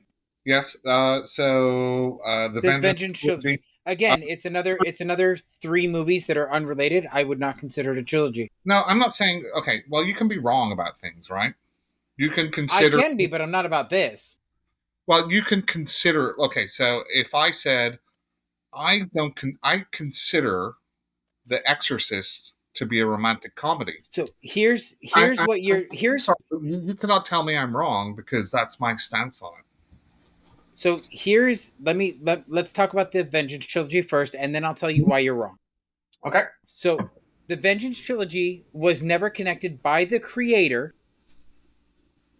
It was connected by international critics due to thematic links. So that was a fabricated trilogy. So by these rules, Okay. No. Let me finish. Please let me finish. Let me finish. Mm-hmm. By these rules, I can say that now Nightmare on Elm Street, Friday the 13th, and Final Destination are the Death Trilogy because they all deal with death. So you just said that the creator has to say that they're a trilogy. I did not. No, I did not. I simply pointed out that this trilogy was not linked by the creator. That's all I did. Okay. So John Carpenter linked those 3 movies, right? I still think he's wrong. But you just said it has to be linked by his creator. I did not. I did not say that. Okay, so run through this argument again for one more time, because I think if we thematically link, that means any 3 movies can be considered a trilogy. Right, we as in the general public. The general public. Right? Whether that's critics, creators, whatever. It doesn't matter. The general public. No. A creator is not the general public. Absolutely, the creator is the general public. Oh, for fuck's sake. Then everybody knows nothing and you could just argue that. Pretty much, yes. Okay, so whenever John Carpenter made Halloween, yeah, he actually made it about a movie about pets. How is it about pets? Because I think it is. Okay. And that's my stance. But there are no pets in the film, so tell me how it's about pets. Dog in there. What dog? The dog that he eats. The dog. I don't remember dog, but okay, go ahead. Go on. Okay. So I'm right and you're wrong. Right? If you don't think it's about pets, I'm right, you're wrong. Even if the creator comes out and says, no, it's not about you are picking the most ridiculous argument. No. That is a complete non sequitur. You are, because thematically that dog was in one scene, right? I don't care about thematics. That doesn't mean anything.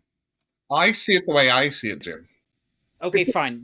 And you know what? I'm going to be there to tell you you're wrong, just like I would tell John Carpenter that those 3 movies are not connected. So why am I wrong, Jim?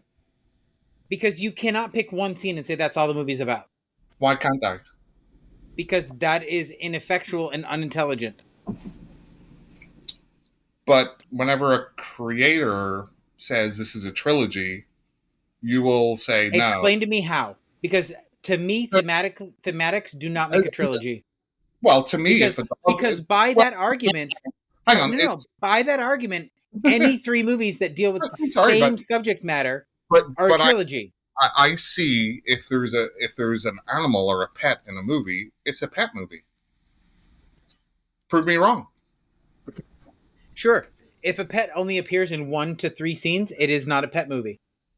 I disagree. If a pet is not the main focus of the film, it is not a pet movie. I disagree. You're wrong. Why? Just like John Carpenter is wrong that those are not a trilogy. Those 3 movies are not connected. But you're right. Right? Yes, I'm right. Or is that just your opinion? It is. I'm sure I'm not the only one. Oh, okay. So it's just how many people. No, not at all. I am saying, so we should preface this by saying this is solely my opinion. Those 3 movies and thematic strings do not make a trilogy. Right. But that's that. You can be ignorant and not know stuff. It's fine. And so can you, Mark, and that's okay because you just take whatever the creator says as gospel. So let's talk about the Bible, Mark. Well, it's like somebody writes like lyrics to a song, Yeah. right? And you're like, oh well, I see these lyrics saying this, and the creator's like, no, it's actually this. You're like, no, you're wrong. Yeah, pretty much. Well, No, but I'll tell you, to add to what I was saying about the apocalyptic movies, you know how I said if it's real, that's what always got me. But yeah, the core. could happen. I know you guys are going to make fun of that one, but I'll tell you what, it makes a good point because a lot of people have stressed like oil and all that stuff, drilling it out. If you think about it, the center of the Earth is a engine essentially, and if you take all the oil out of the engine, what happens? It stalls. But showing that the oil is in the mantle part of it, it's right? Not in the core. it gets created somehow, man. It has to come from somewhere. Shit. Well, it's dinosaurs. Yeah, dinosaur, the velociraptor. But I mean, and this is another one you guys will probably make fun of me about, but is of course, the Postman and the Waterworld. I know they're not related, but well, actually, Waterworld is more realistic than the core. The core, it's just dumb fun. It is. No, I enjoy the movie. I think it was a fun movie. I don't take it seriously. Just like I hate Armageddon because of that fucking song. Well, yeah, it could be a fun watch. Anything that he has a song in, he has to put his kids in. So I mean, yeah, pretty much. Jim, what does that song mean to you? It's just obnoxious. That is my non-Christmas Mariah Carey. It made him want to keep his eyes open. That's what it was. Pretty much.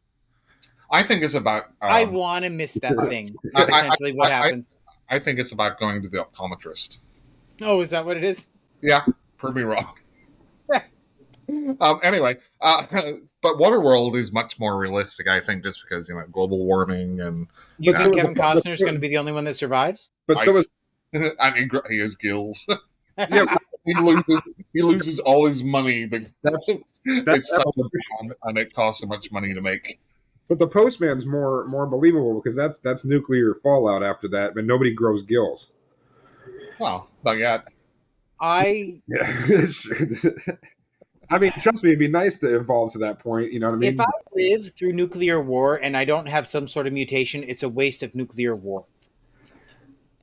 Well, I mean, if you have more than one head, I mean, that's just more people you got to talk to if you think about it. Oh, God, that's obnoxious. I've seen that movie, The Thing with Two Heads. Yeah. With Ray Milland. Yeah. I cried during that movie. That's aged well. Yeah, hasn't it though?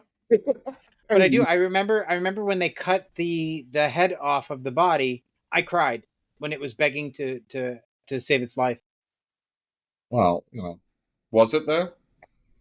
It was. And not everything's just subjective. I think it was fine. Anyway, sorry. Let the racist dick die. Okay, you had a list. I think it's pretty much gone now. Let's Apocalypse movies, John Carpenter's Apocalypse trilogies. Obviously, number one. But no.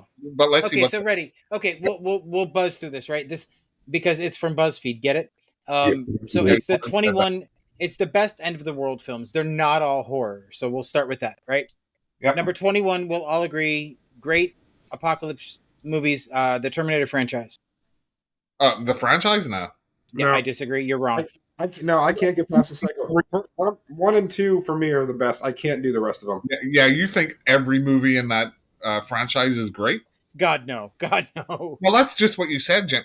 No. You, you're here too, right? You hear this as well. No. I'm not like going insane, am I? Yes, you are. Yes. You just said like the franchise is great. No, but it is a great end of the world story. Like the entire story that arcs over all of the movies, I think is pretty well created. No, it like overall in the franchise, it's the most muddled fucking franchise I've ever seen in my life. I think that's your problem. Is that the timeline gets muddled? No. The plots and everything don't really make a lot of sense after part 2. Do we need to talk about Halloween? No, I'm just saying it's a franchise. It's not a great franchise. I disagree. There's great movies in it, but it's not a and great. There are terrible movies in it too. Exactly. That's why it's not a great franchise, Jim. I disagree. So I think thematically it's one of the best, Mark. Okay. Well. Okay. Okay. Anyway, so next up is This Is the End, which I have not seen. I have not seen. No, it's on that list too, and I understand why, but it's more of a comedy. That's a Seth Rogen one, right? Yes. Yeah, it's a Seth Rogen. I did not like that one at all. I did not see. Isn't that the one where they see giant Satan dick or something? Yeah, at the end? That's basically the highlight of the film. Yeah. the giant Pazuzu comes out. Yeah, the devil shows his Pazuzu. Yeah. I mean, okay. To me, that movie feels like a scary movie. If you don't like those scary movies, it's kind of the same thing because they touched on points of other horror movies like subtly The Mist when they're trying to go from house to house to get supplies. It's like a parody movie. Yeah, I feel like it was. Yeah, that's fair. So this is a movie I have not seen. It's from 1988. It's called Akira. It's an animated film. Oh, Akira is awesome. That's what it says, but I have not seen it, so I can't talk about it. I gotta write that down. So Akira really was like, the movie which really, back in the day, got like manga and anime and kind of that Japanese anime on the map in Western worlds. I have an awesome and it says figure.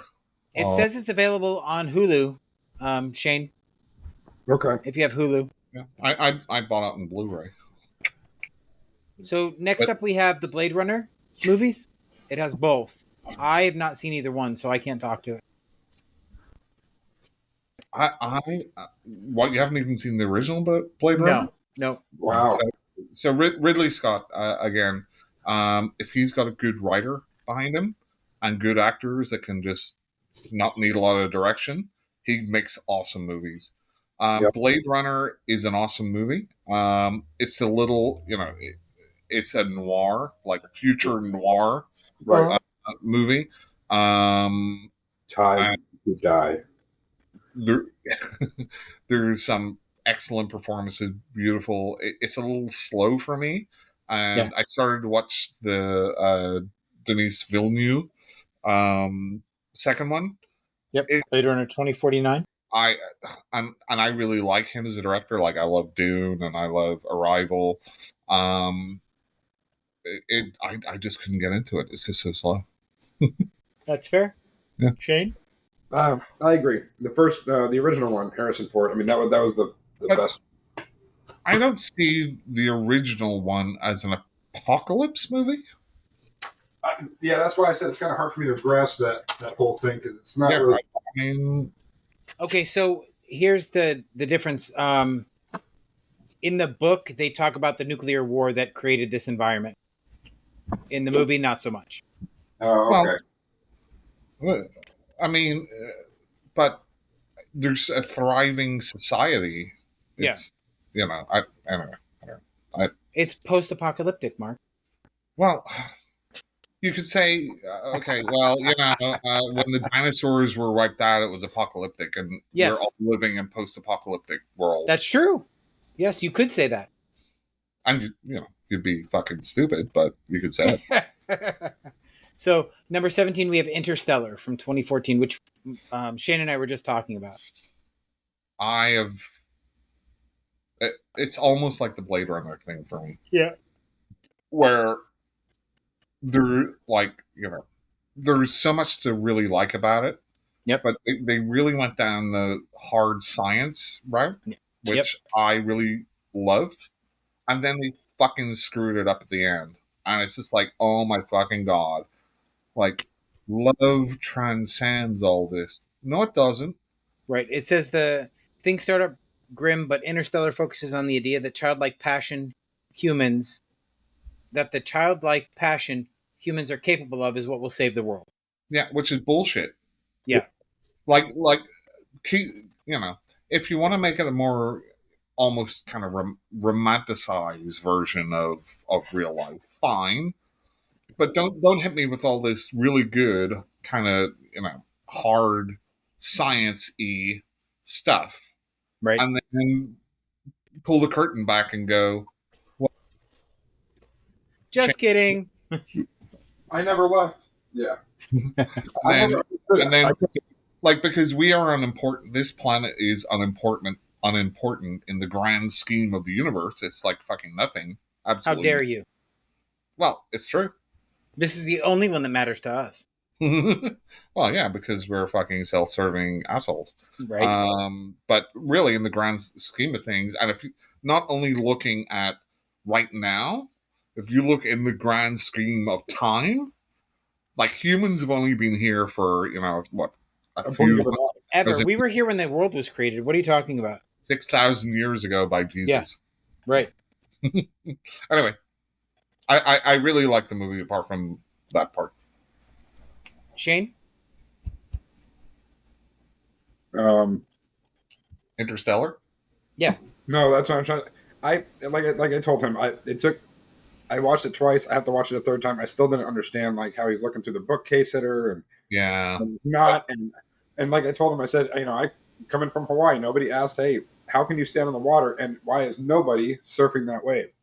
So I don't know, that it didn't make sense to me. Give me $5. I know it wasn't my favorite. I just I like space movies. 2001 Odyssey. I mean, all the creepy ones have. Let's even go back to Event Horizon. That one was a great one, but that's a sore subject for Mark, so I'd be careful. I know. So no, it's not a sore subject. It's like one of Jim's favorite movies ever, and he gives it like a 6 out of 10. Well, it's because what's his name? O'Neill was just like Jim said before. He went from that movie to Jurassic Park. You switched. You went from holding your own eyeballs to messing with animals. Stanley was great, and bringing it back to the totally legit Apocalypse trilogy, he was awesome in the Math of Madness too. Fuck you and your Apocalypse trilogy. I'm going to put that on a cup. You need to write a strongly worded email to John Carpenter. 100%. Because he's so going to listen to me. Well, I think you're fired up enough about it. You should do it. Okay. Would the Cloverfields be an apocalyptic series, the parrot? Yeah, I would consider those an apocalyptic trilogy. The last one I liked. I really liked that Irish dude. He's hilarious. He's funny in everything. I mean, it's like kind of kaiju movies, right? Like Godzilla movies. Yeah. I think they're supposed to represent apocalypse, right? Because, just the end of the world, even though Godzilla just mainly attacks Japan. Because the Godzilla movies weren't the end of the world because he was protecting the world, so it didn't end. No. So the Godzilla character kind of, it's been through fucking 30 probably movies. His character kind of flipped. Sometimes he's a force for good, sometimes he's a force for bad, and then sometimes he's just like a force of nature.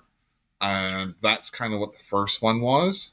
And, He never destroys the world. He only ever goes after Tokyo. let's remember if you look at like a lot of movies, Independence Day, for example, they may throw a couple of bones about, oh, over in Britain this is happening, and over in fucking the Middle East this is happening. But really, it's about the country that makes the movie, and that's kind of the quote unquote the world. Everybody's attacking. No. But it is, though. I mean, no, it's not. No, not at all. Just in general. No, is. not at all. Oh, for fuck's sake. All right, what's next on the list? Next on the list is the Matrix franchise. That's not apocalyptic, though. It is post-apocalyptic, yes. Because the robots have enslaved the entire human race. Yeah, but then they... All right, so that's when they rewrote the entire story with the last one, which I absolutely hated.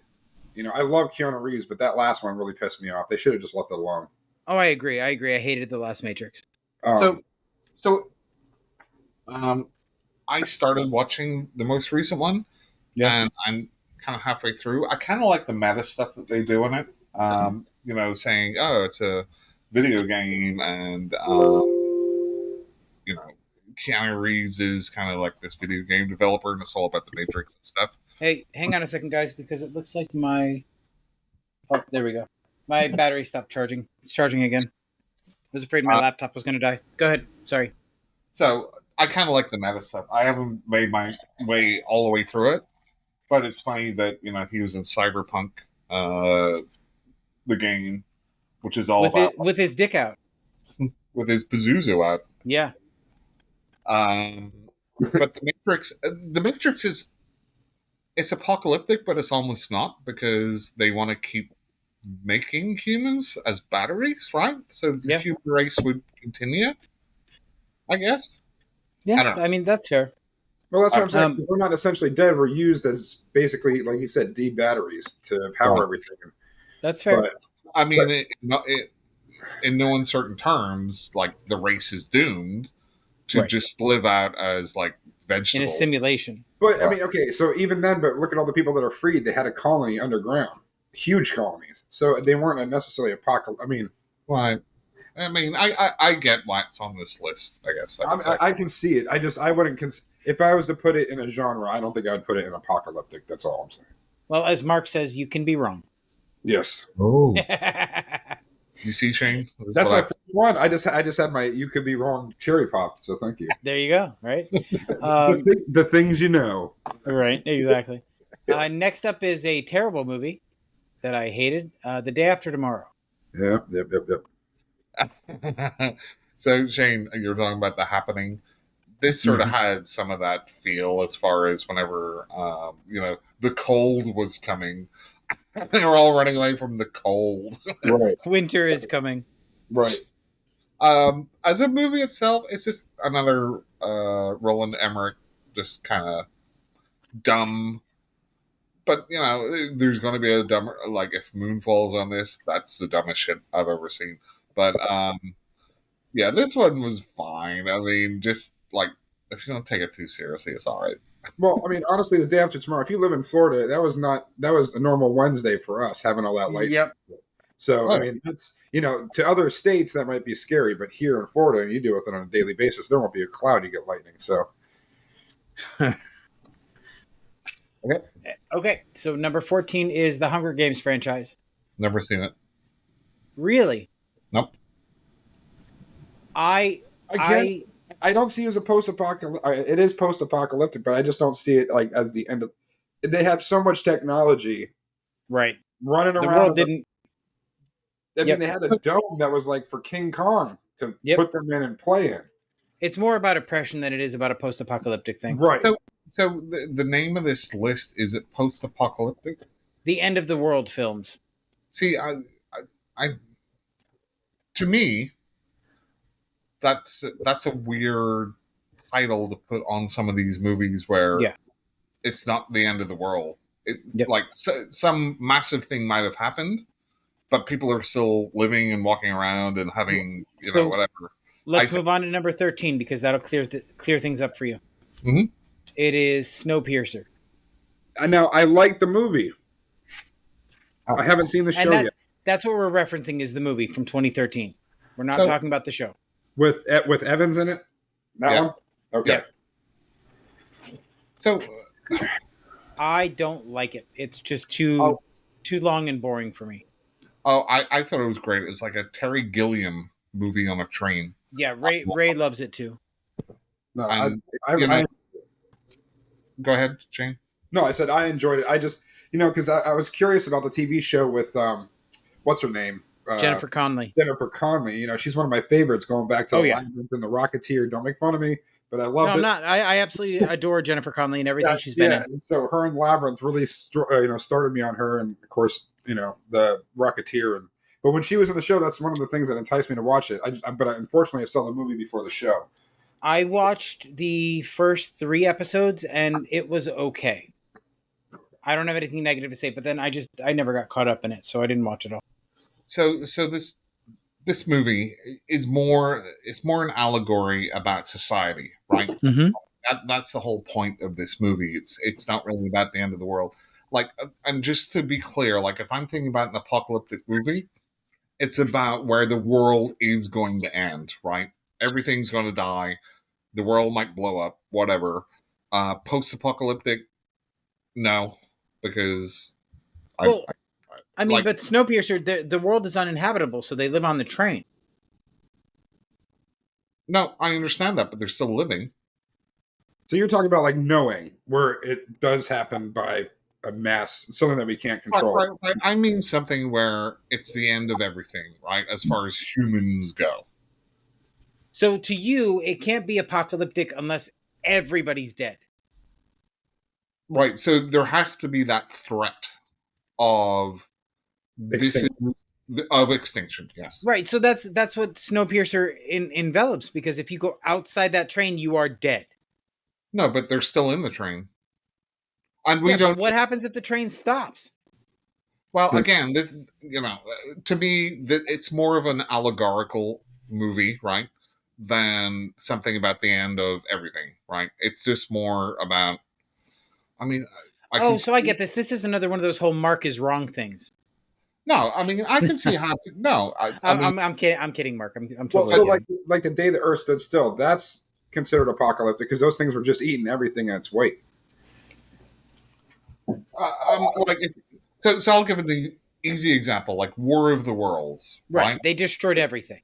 So their purpose is to completely change the atmosphere, Right? to kill humans and live on Earth. Right. Habitable for them, yeah. That to me is an apocalypse type movie. A movie about like Mad Max or something is not an apocalyptic movie. It's not even post-apocalypse again, because I'm pedantic and I think if it's an apocalypse, there's no post-apocalypse. You're gonna really, really hate number 11. I'm sure. Is it Mad Max? It's the Mad Max. Well, let's go to number 12 first, shall we? Okay. So number 12 is Shaun of the Dead. No, I'm kidding. I love that movie. So everybody loves the movie, but is it really an end of the world movie? I don't think so. Well, and this is another Mark. This is going to prove my point, right? They have their trilogy of movies. I know, but at the end of the world, right? No. I don't consider them trilogies. I know you don't, because in Jim's mind, the only things that can be trilogies are ones where character or story lead from one movie to another. Correct. Right. That's in Jim's mind. That's right. Yeah. I think basically if there was any zombies of any number, it's almost there as an apocalypse movie. It depends how they show it. Why? Yeah, because they can be killed. Why? So, well, okay. So if it depends how quick it spreads and how many of them are there, right? So if you look at like Day of the Dead, Jim, have you seen Day of the Dead? No. Okay. You have a couple days before you turn. Right. So in Day of the Dead, they're in this like bunker facility, and it's like some scientists and some army guys and stuff. And the dead outnumber the living like 400,000 to 1. Okay. and they don't have a lot of ammunition. And the army guys are like, well, let's just go out there and shoot them. The scientist guy is like, you don't have enough like bullets to do that, so you're gonna fucking die. And that's an apocalyptic one, right? Now, if you talk about the original Night of the Living Dead, you could say it's the start of the apocalypse, and that could be maybe contained or controlled. Right. But I think depending on the movie, like a World War Z or one of these, you can't control that because there's just too many. Not when you have 12 seconds, no. But of course, that's just like the rage virus. That's why they spread so quickly in those. Yeah, 28 days later. Yeah, 28 days later. Yeah. Although that was confined to the UK, right? Not always. Not for the entire thing. At the end of the second movie, you'll see that they're running through Paris. Yes. Right. So in the first one, it was confined, right? Right. The island of England. And then they were like, oh, there's not enough other places in the world to live. We'll try and put people back into the fucking UK. Like, are you fucking stupid? Right. Like, just relocate them to somewhere else in the world and just like leave it alone. I don't know. Well, I guess I do know because there'd be no movie if you did that. Right. But so I do like the father in the 28 Weeks Later. I like him as an actor. Yeah, as an actor, he's good, but in the movie, he's a very unsympathetic character. Here's the thing, though. I think he's a very realistic character. Oh, I don't disagree with that. I don't disagree. They try to set him up like he's a coward, but there's nothing he could have done. And I think most people in that situation would have done exactly the same because they're like, he gave her the opportunity and she decided, you know what, I'm going to focus on the kid who they didn't even know for the last 12 minutes. Right. You know, I mean, I get it, but it's a fight for survival. I think he made the right decision in that circumstance. I mean, Right. sorry, I know it sounds horrible in movie language, but it's the only decision he could make, or the movie would have ended. No, but just in real life, if you think there's no chance of you saving your wife or husband or whatever, if you think there's no chance and you're just going to get killed, I'm sorry, but there's only one thing you can do, and unfortunately, it's just you have to book it. Sorry. In a zombie apocalypse, as long as I'm not the slowest runner, I'm okay. Well, yeah. I mean, and I will trip a motherfucker. Jeremy Renner knew that when he pushed that car. You know what I mean? So it's that thing where he knew that he had to give it up. There's self-sacrifice where you can save other people, right? And there's just killing yourself when you know the other person's going to be dead anyway. Right. And this is one of the sequels where I actually prefer the sequel to the original. Okay, so up next is WALL-E from 2018. Okay. That's a cute movie. I agree. I liked it. I think that our apathy towards pretty much everything is what's going to be our downfall. Yeah. Well, if you think about it, it's kind of corporately, it's poking the finger at big corporate like Costco, Sam's Club. I mean, you know what I mean? It's jumping at that kind of stuff. Everything has to be bigger now. Yep. Bulk. So it's not even apathy; it's stupidity. There is that. Yes. No. Well, yeah, that's true. But I love the fact that there's almost no dialogue, and you can portray what the characters are saying regardless. Yep. Agreed. Emotionally, at least, and that's a big touch, because it's not easy to do that, even with being a cartoon. So, so Jim, you like movies where there's like almost no dialogue? If they're cartoons, sure. Okay. Next is the Planet of the Apes franchise. The old one or the new one? All of them. Oh. So this is a strictly kind of human extinction, yes, rather than the planet blowing up. Well, I mean, but let's be honest, right? Humans have already have already demonstrated that they don't care if they drive other things extinct as long as we survive. Well, what I mean is when you're looking at an apocalypse movie, we're talking about just the humans dying, right? Yes. So even if other species live on, that's not what an apocalypse movie is, I guess, in general. Um, I kind of look at it like it's almost like the planet exploding or something. Yeah. You see apocalypse as the end of all life rather than just one life form. Well, the end of the Earth, Right. maybe. Yep. That's how I consider it too, though. Is end of everything. Massive asteroid, something. The Yellowstone going off and just blowing everything off the side of the face of the Earth. Right. That's fair. But Okay. A solar flare, something. I mean, yeah, I mean, it's open to interpretation as far as what you consider that to be. So I'm fine with whatever. It's just like, go ahead. No, I was just going to say, I was going to move on. Next up is the Living Dead franchise. And by franchise, I mean Night of the Living Dead, Dawn of the Dead, Day of the Dead, Land of the Dead, Diary of the Dead, and Survival of the Dead. I think the closest that series of movies came is Day of the Dead, as far as like a true apocalypse. Okay. But Night, Dawn, Day are great. Land, and then they had like Survival and these other ones after it.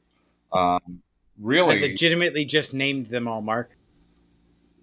Survival, Diary, Land of the Dead are the three latest ones. Right.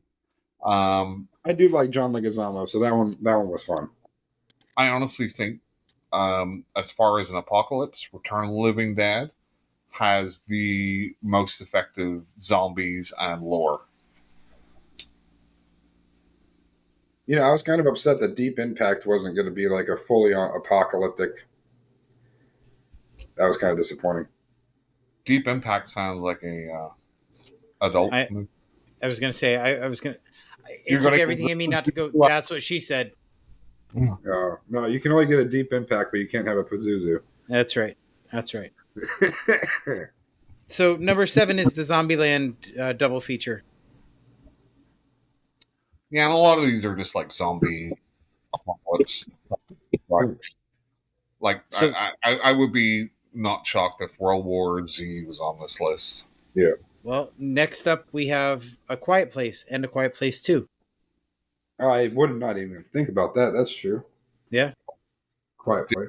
Did not like those movies. I absolutely adore everything that Jim is in. It broke my heart, though, what happened in the second one. Yep. So that's stupid. I would have kicked the kid in the face, man. Yep. Those are movies I just couldn't, again, I like some wacky movies with high concept stuff in it. I just couldn't get over that concept. So it's just... I honestly... bad movies, but I just couldn't get over the concept because it didn't make any sense to me. Well, I know you like Jim, but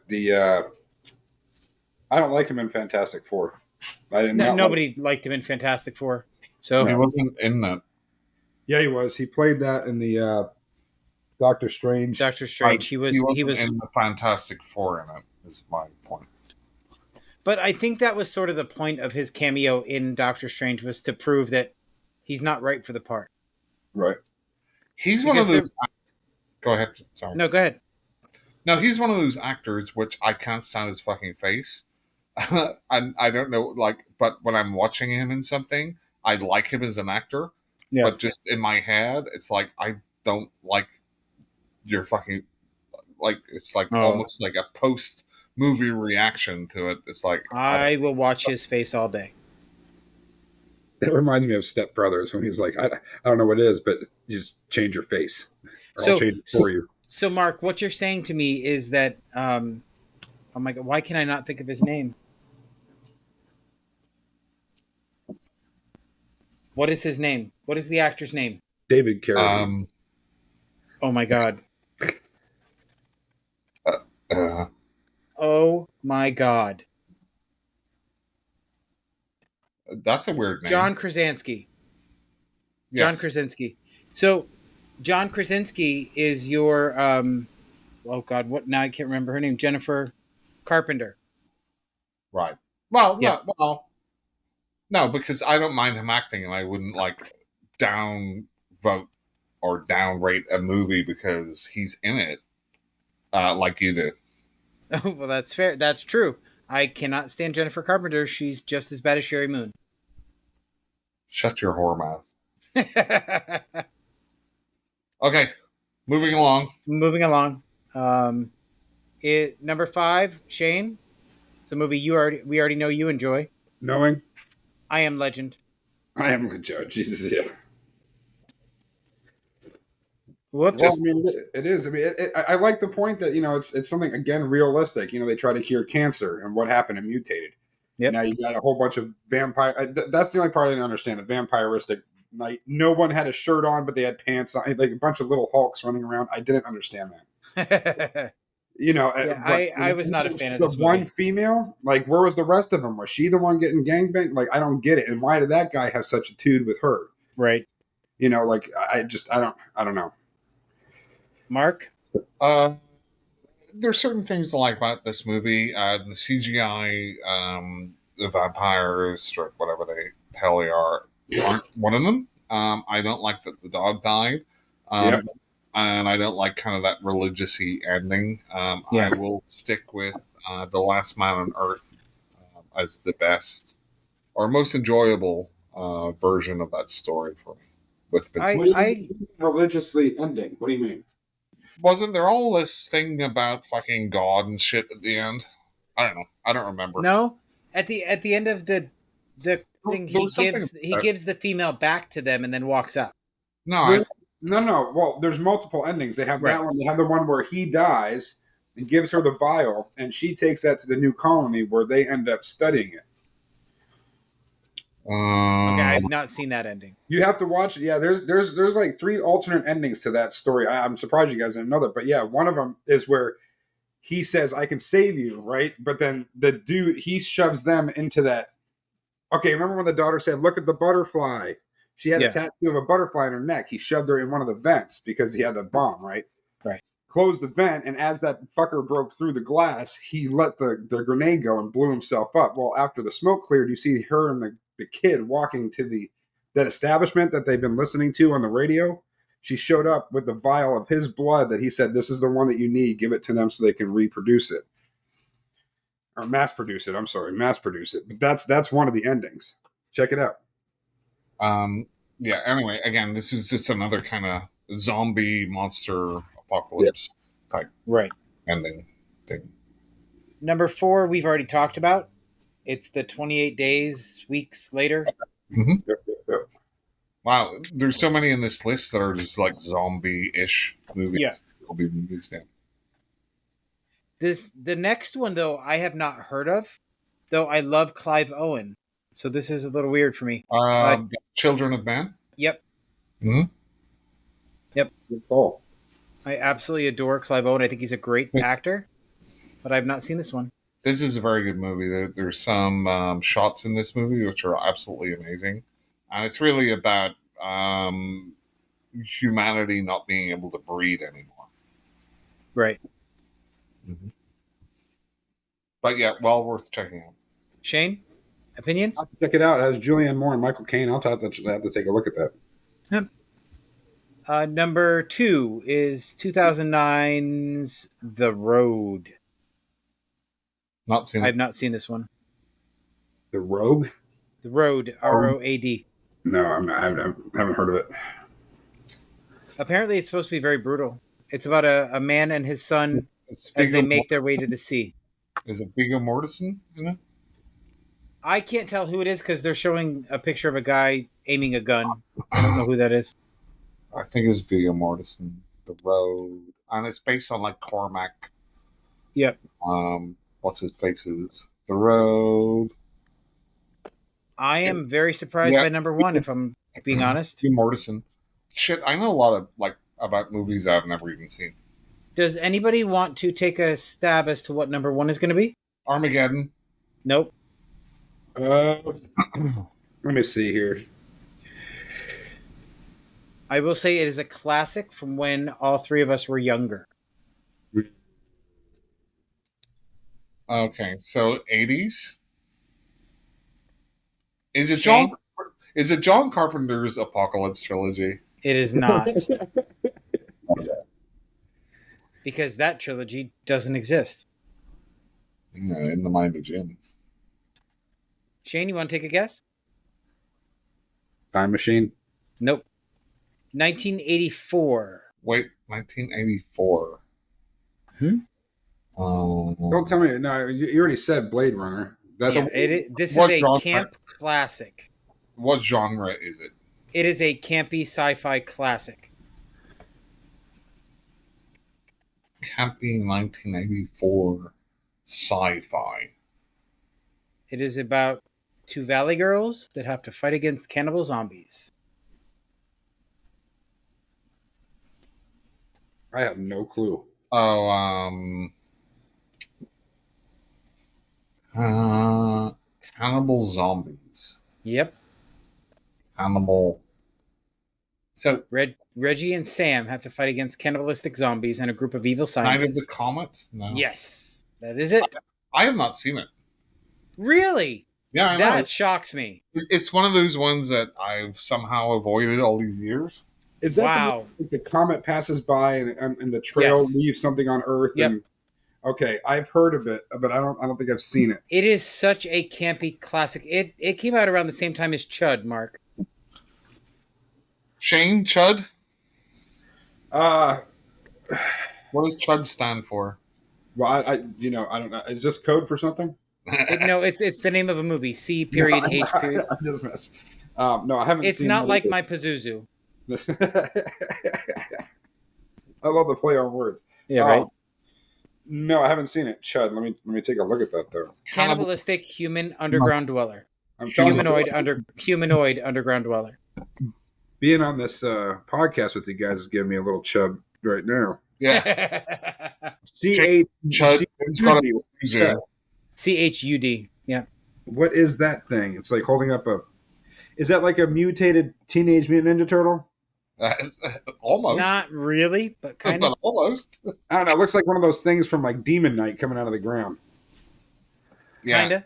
It's just a cannibalistic humanoid underground. Underground dweller. Oh, there it is. Okay, now I see it. It's got like the neck. Okay. Yep. Okay. So next steps, Mark. We're not gonna do what we've watched this week. Oh, really? I have something else for you. Okay. So Shane, when you're done reading about Chud, let me know. I'm done with Chud. Okay. So I have a quiz. Are you ready? Yep. This is from the Britannica website. It is a scary movie quiz. It's 10 questions. You ready? Is it just the first to answer, or are you going to ask me or Shane or? It's going to be first to answer because we're just going to have fun with it and I don't want to keep score. Okay. Okay. So, what actor made his film debut in A Nightmare on Elm Street? Oh, Johnny Depp. Yep. Ooh. Ooh, Mark. Starting off a bit slow. I'm giving Shane some. Yeah. Which actor portrayed the killer in Seven? Oh, fuck. Kevin Spacey. Yep. It's true.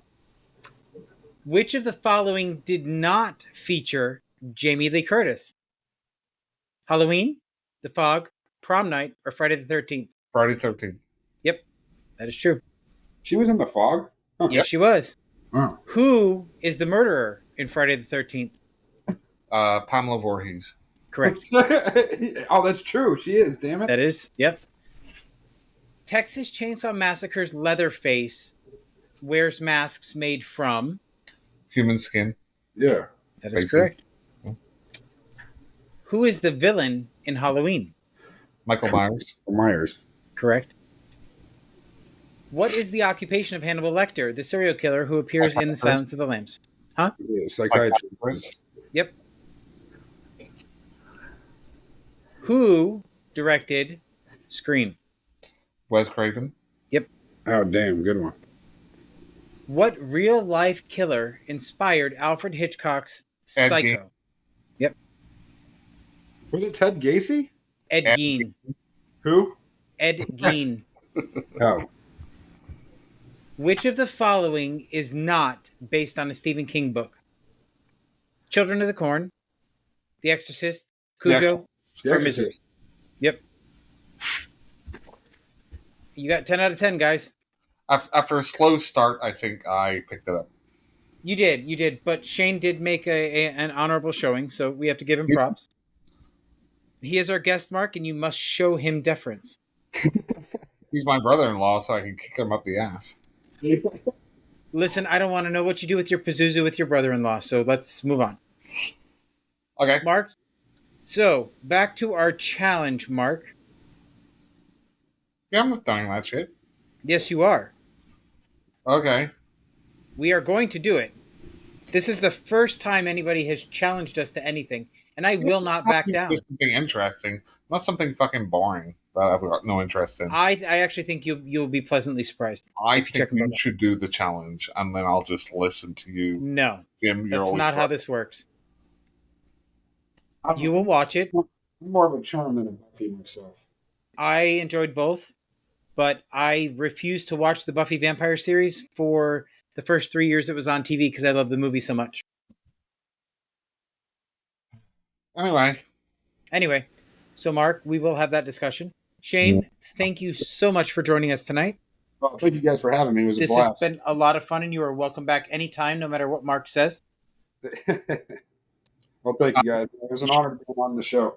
Shane, I hope Jim didn't scare you away with his Pazuzu picks. No, not at all. Not at all. You know, I showed him my pumpkin head. So yeah, he showed me his pumpkin head, so I felt justified showing my Pazuzu on camera. Holy fucking shit! I'm glad I stepped away. He really liked my nun, so he felt the need to show me his pumpkin head. Fucking get a room, guys. Yeah, like I said, if I ever get a chance to meet Waylon, I'm going to go ahead and get that signed. Yes, that would be amazing. Yep, I met him. I know, you lucky bastard. The only person... Was he the year... He was not there the year that they did all the alien people, right? Like when Tom Skerritt was there? Was he? No. I didn't think so. Okay. No, he came after that. Because that was the first year that I'd ever been, was when all the alien people were there. No, he was there just a couple of years ago, I think. Then how did I not meet him? I don't know. Anyway, Shane will be back at Spooky Empire in May, so... Yep. Oh, God. I'm sorry. No, it's going to be a good time, man. I'll tell you. No, dude. The May show last year was a total shit show. I'm going to dress up. Are you? Yeah, I'm going to do something. I'm excited then. I will look forward to that. So, just as an FYI, Mark, Ray has told me he's not coming anymore because he does not like the crowds. It does something to his mental health. He can't handle it anymore. I actually thought for it being so big this year, it wasn't too bad. But... No, man, I thought that the venue was perfect for the size crowd they had. I thought it was great. The May show was it was claustrophobic and the lines were insane, but this last one was fantastic. Yeah, we'll see what they do. Except for the fact that Mark didn't show up. When? At the last Spooky. Yeah, I did. I never saw you. Shane did. Yeah, we were back in the room. I don't know if I believe that. I think you just paid your brother-in-law to agree with you. No, he was there with me. He took the picture. I know. It's okay. I'm just giving him shit because that's the first year since we met that we haven't seen each other at a Spooky. Well, you could have came up to the room, you fucking bitch. I couldn't. Ray wanted to go home. He was. No, I was telling Mark. So you're Ray's a little bitch. No, but I was his ride. Ray says Jim Dawes. No, but I'm his ride, so you know. You could have left them down there. For a little bit. I would really be interested to see you take that same mentality with your beautiful wife, Mark. I do it all the time. I go to fucking it by myself. What the hell are you talking about? If I had been by myself, I would have come up, but I wasn't. No. Like, when we did the fucking last time, she went and did her own thing. When we did, the podcast last time. I know. Yeah, she went and did her own thing. I know. I remember. I was there. Right. So I'm just saying, you can be separated for a little bit. It's okay. Just shut up, you dick. Anyway. Okay. Shane, again, many thanks.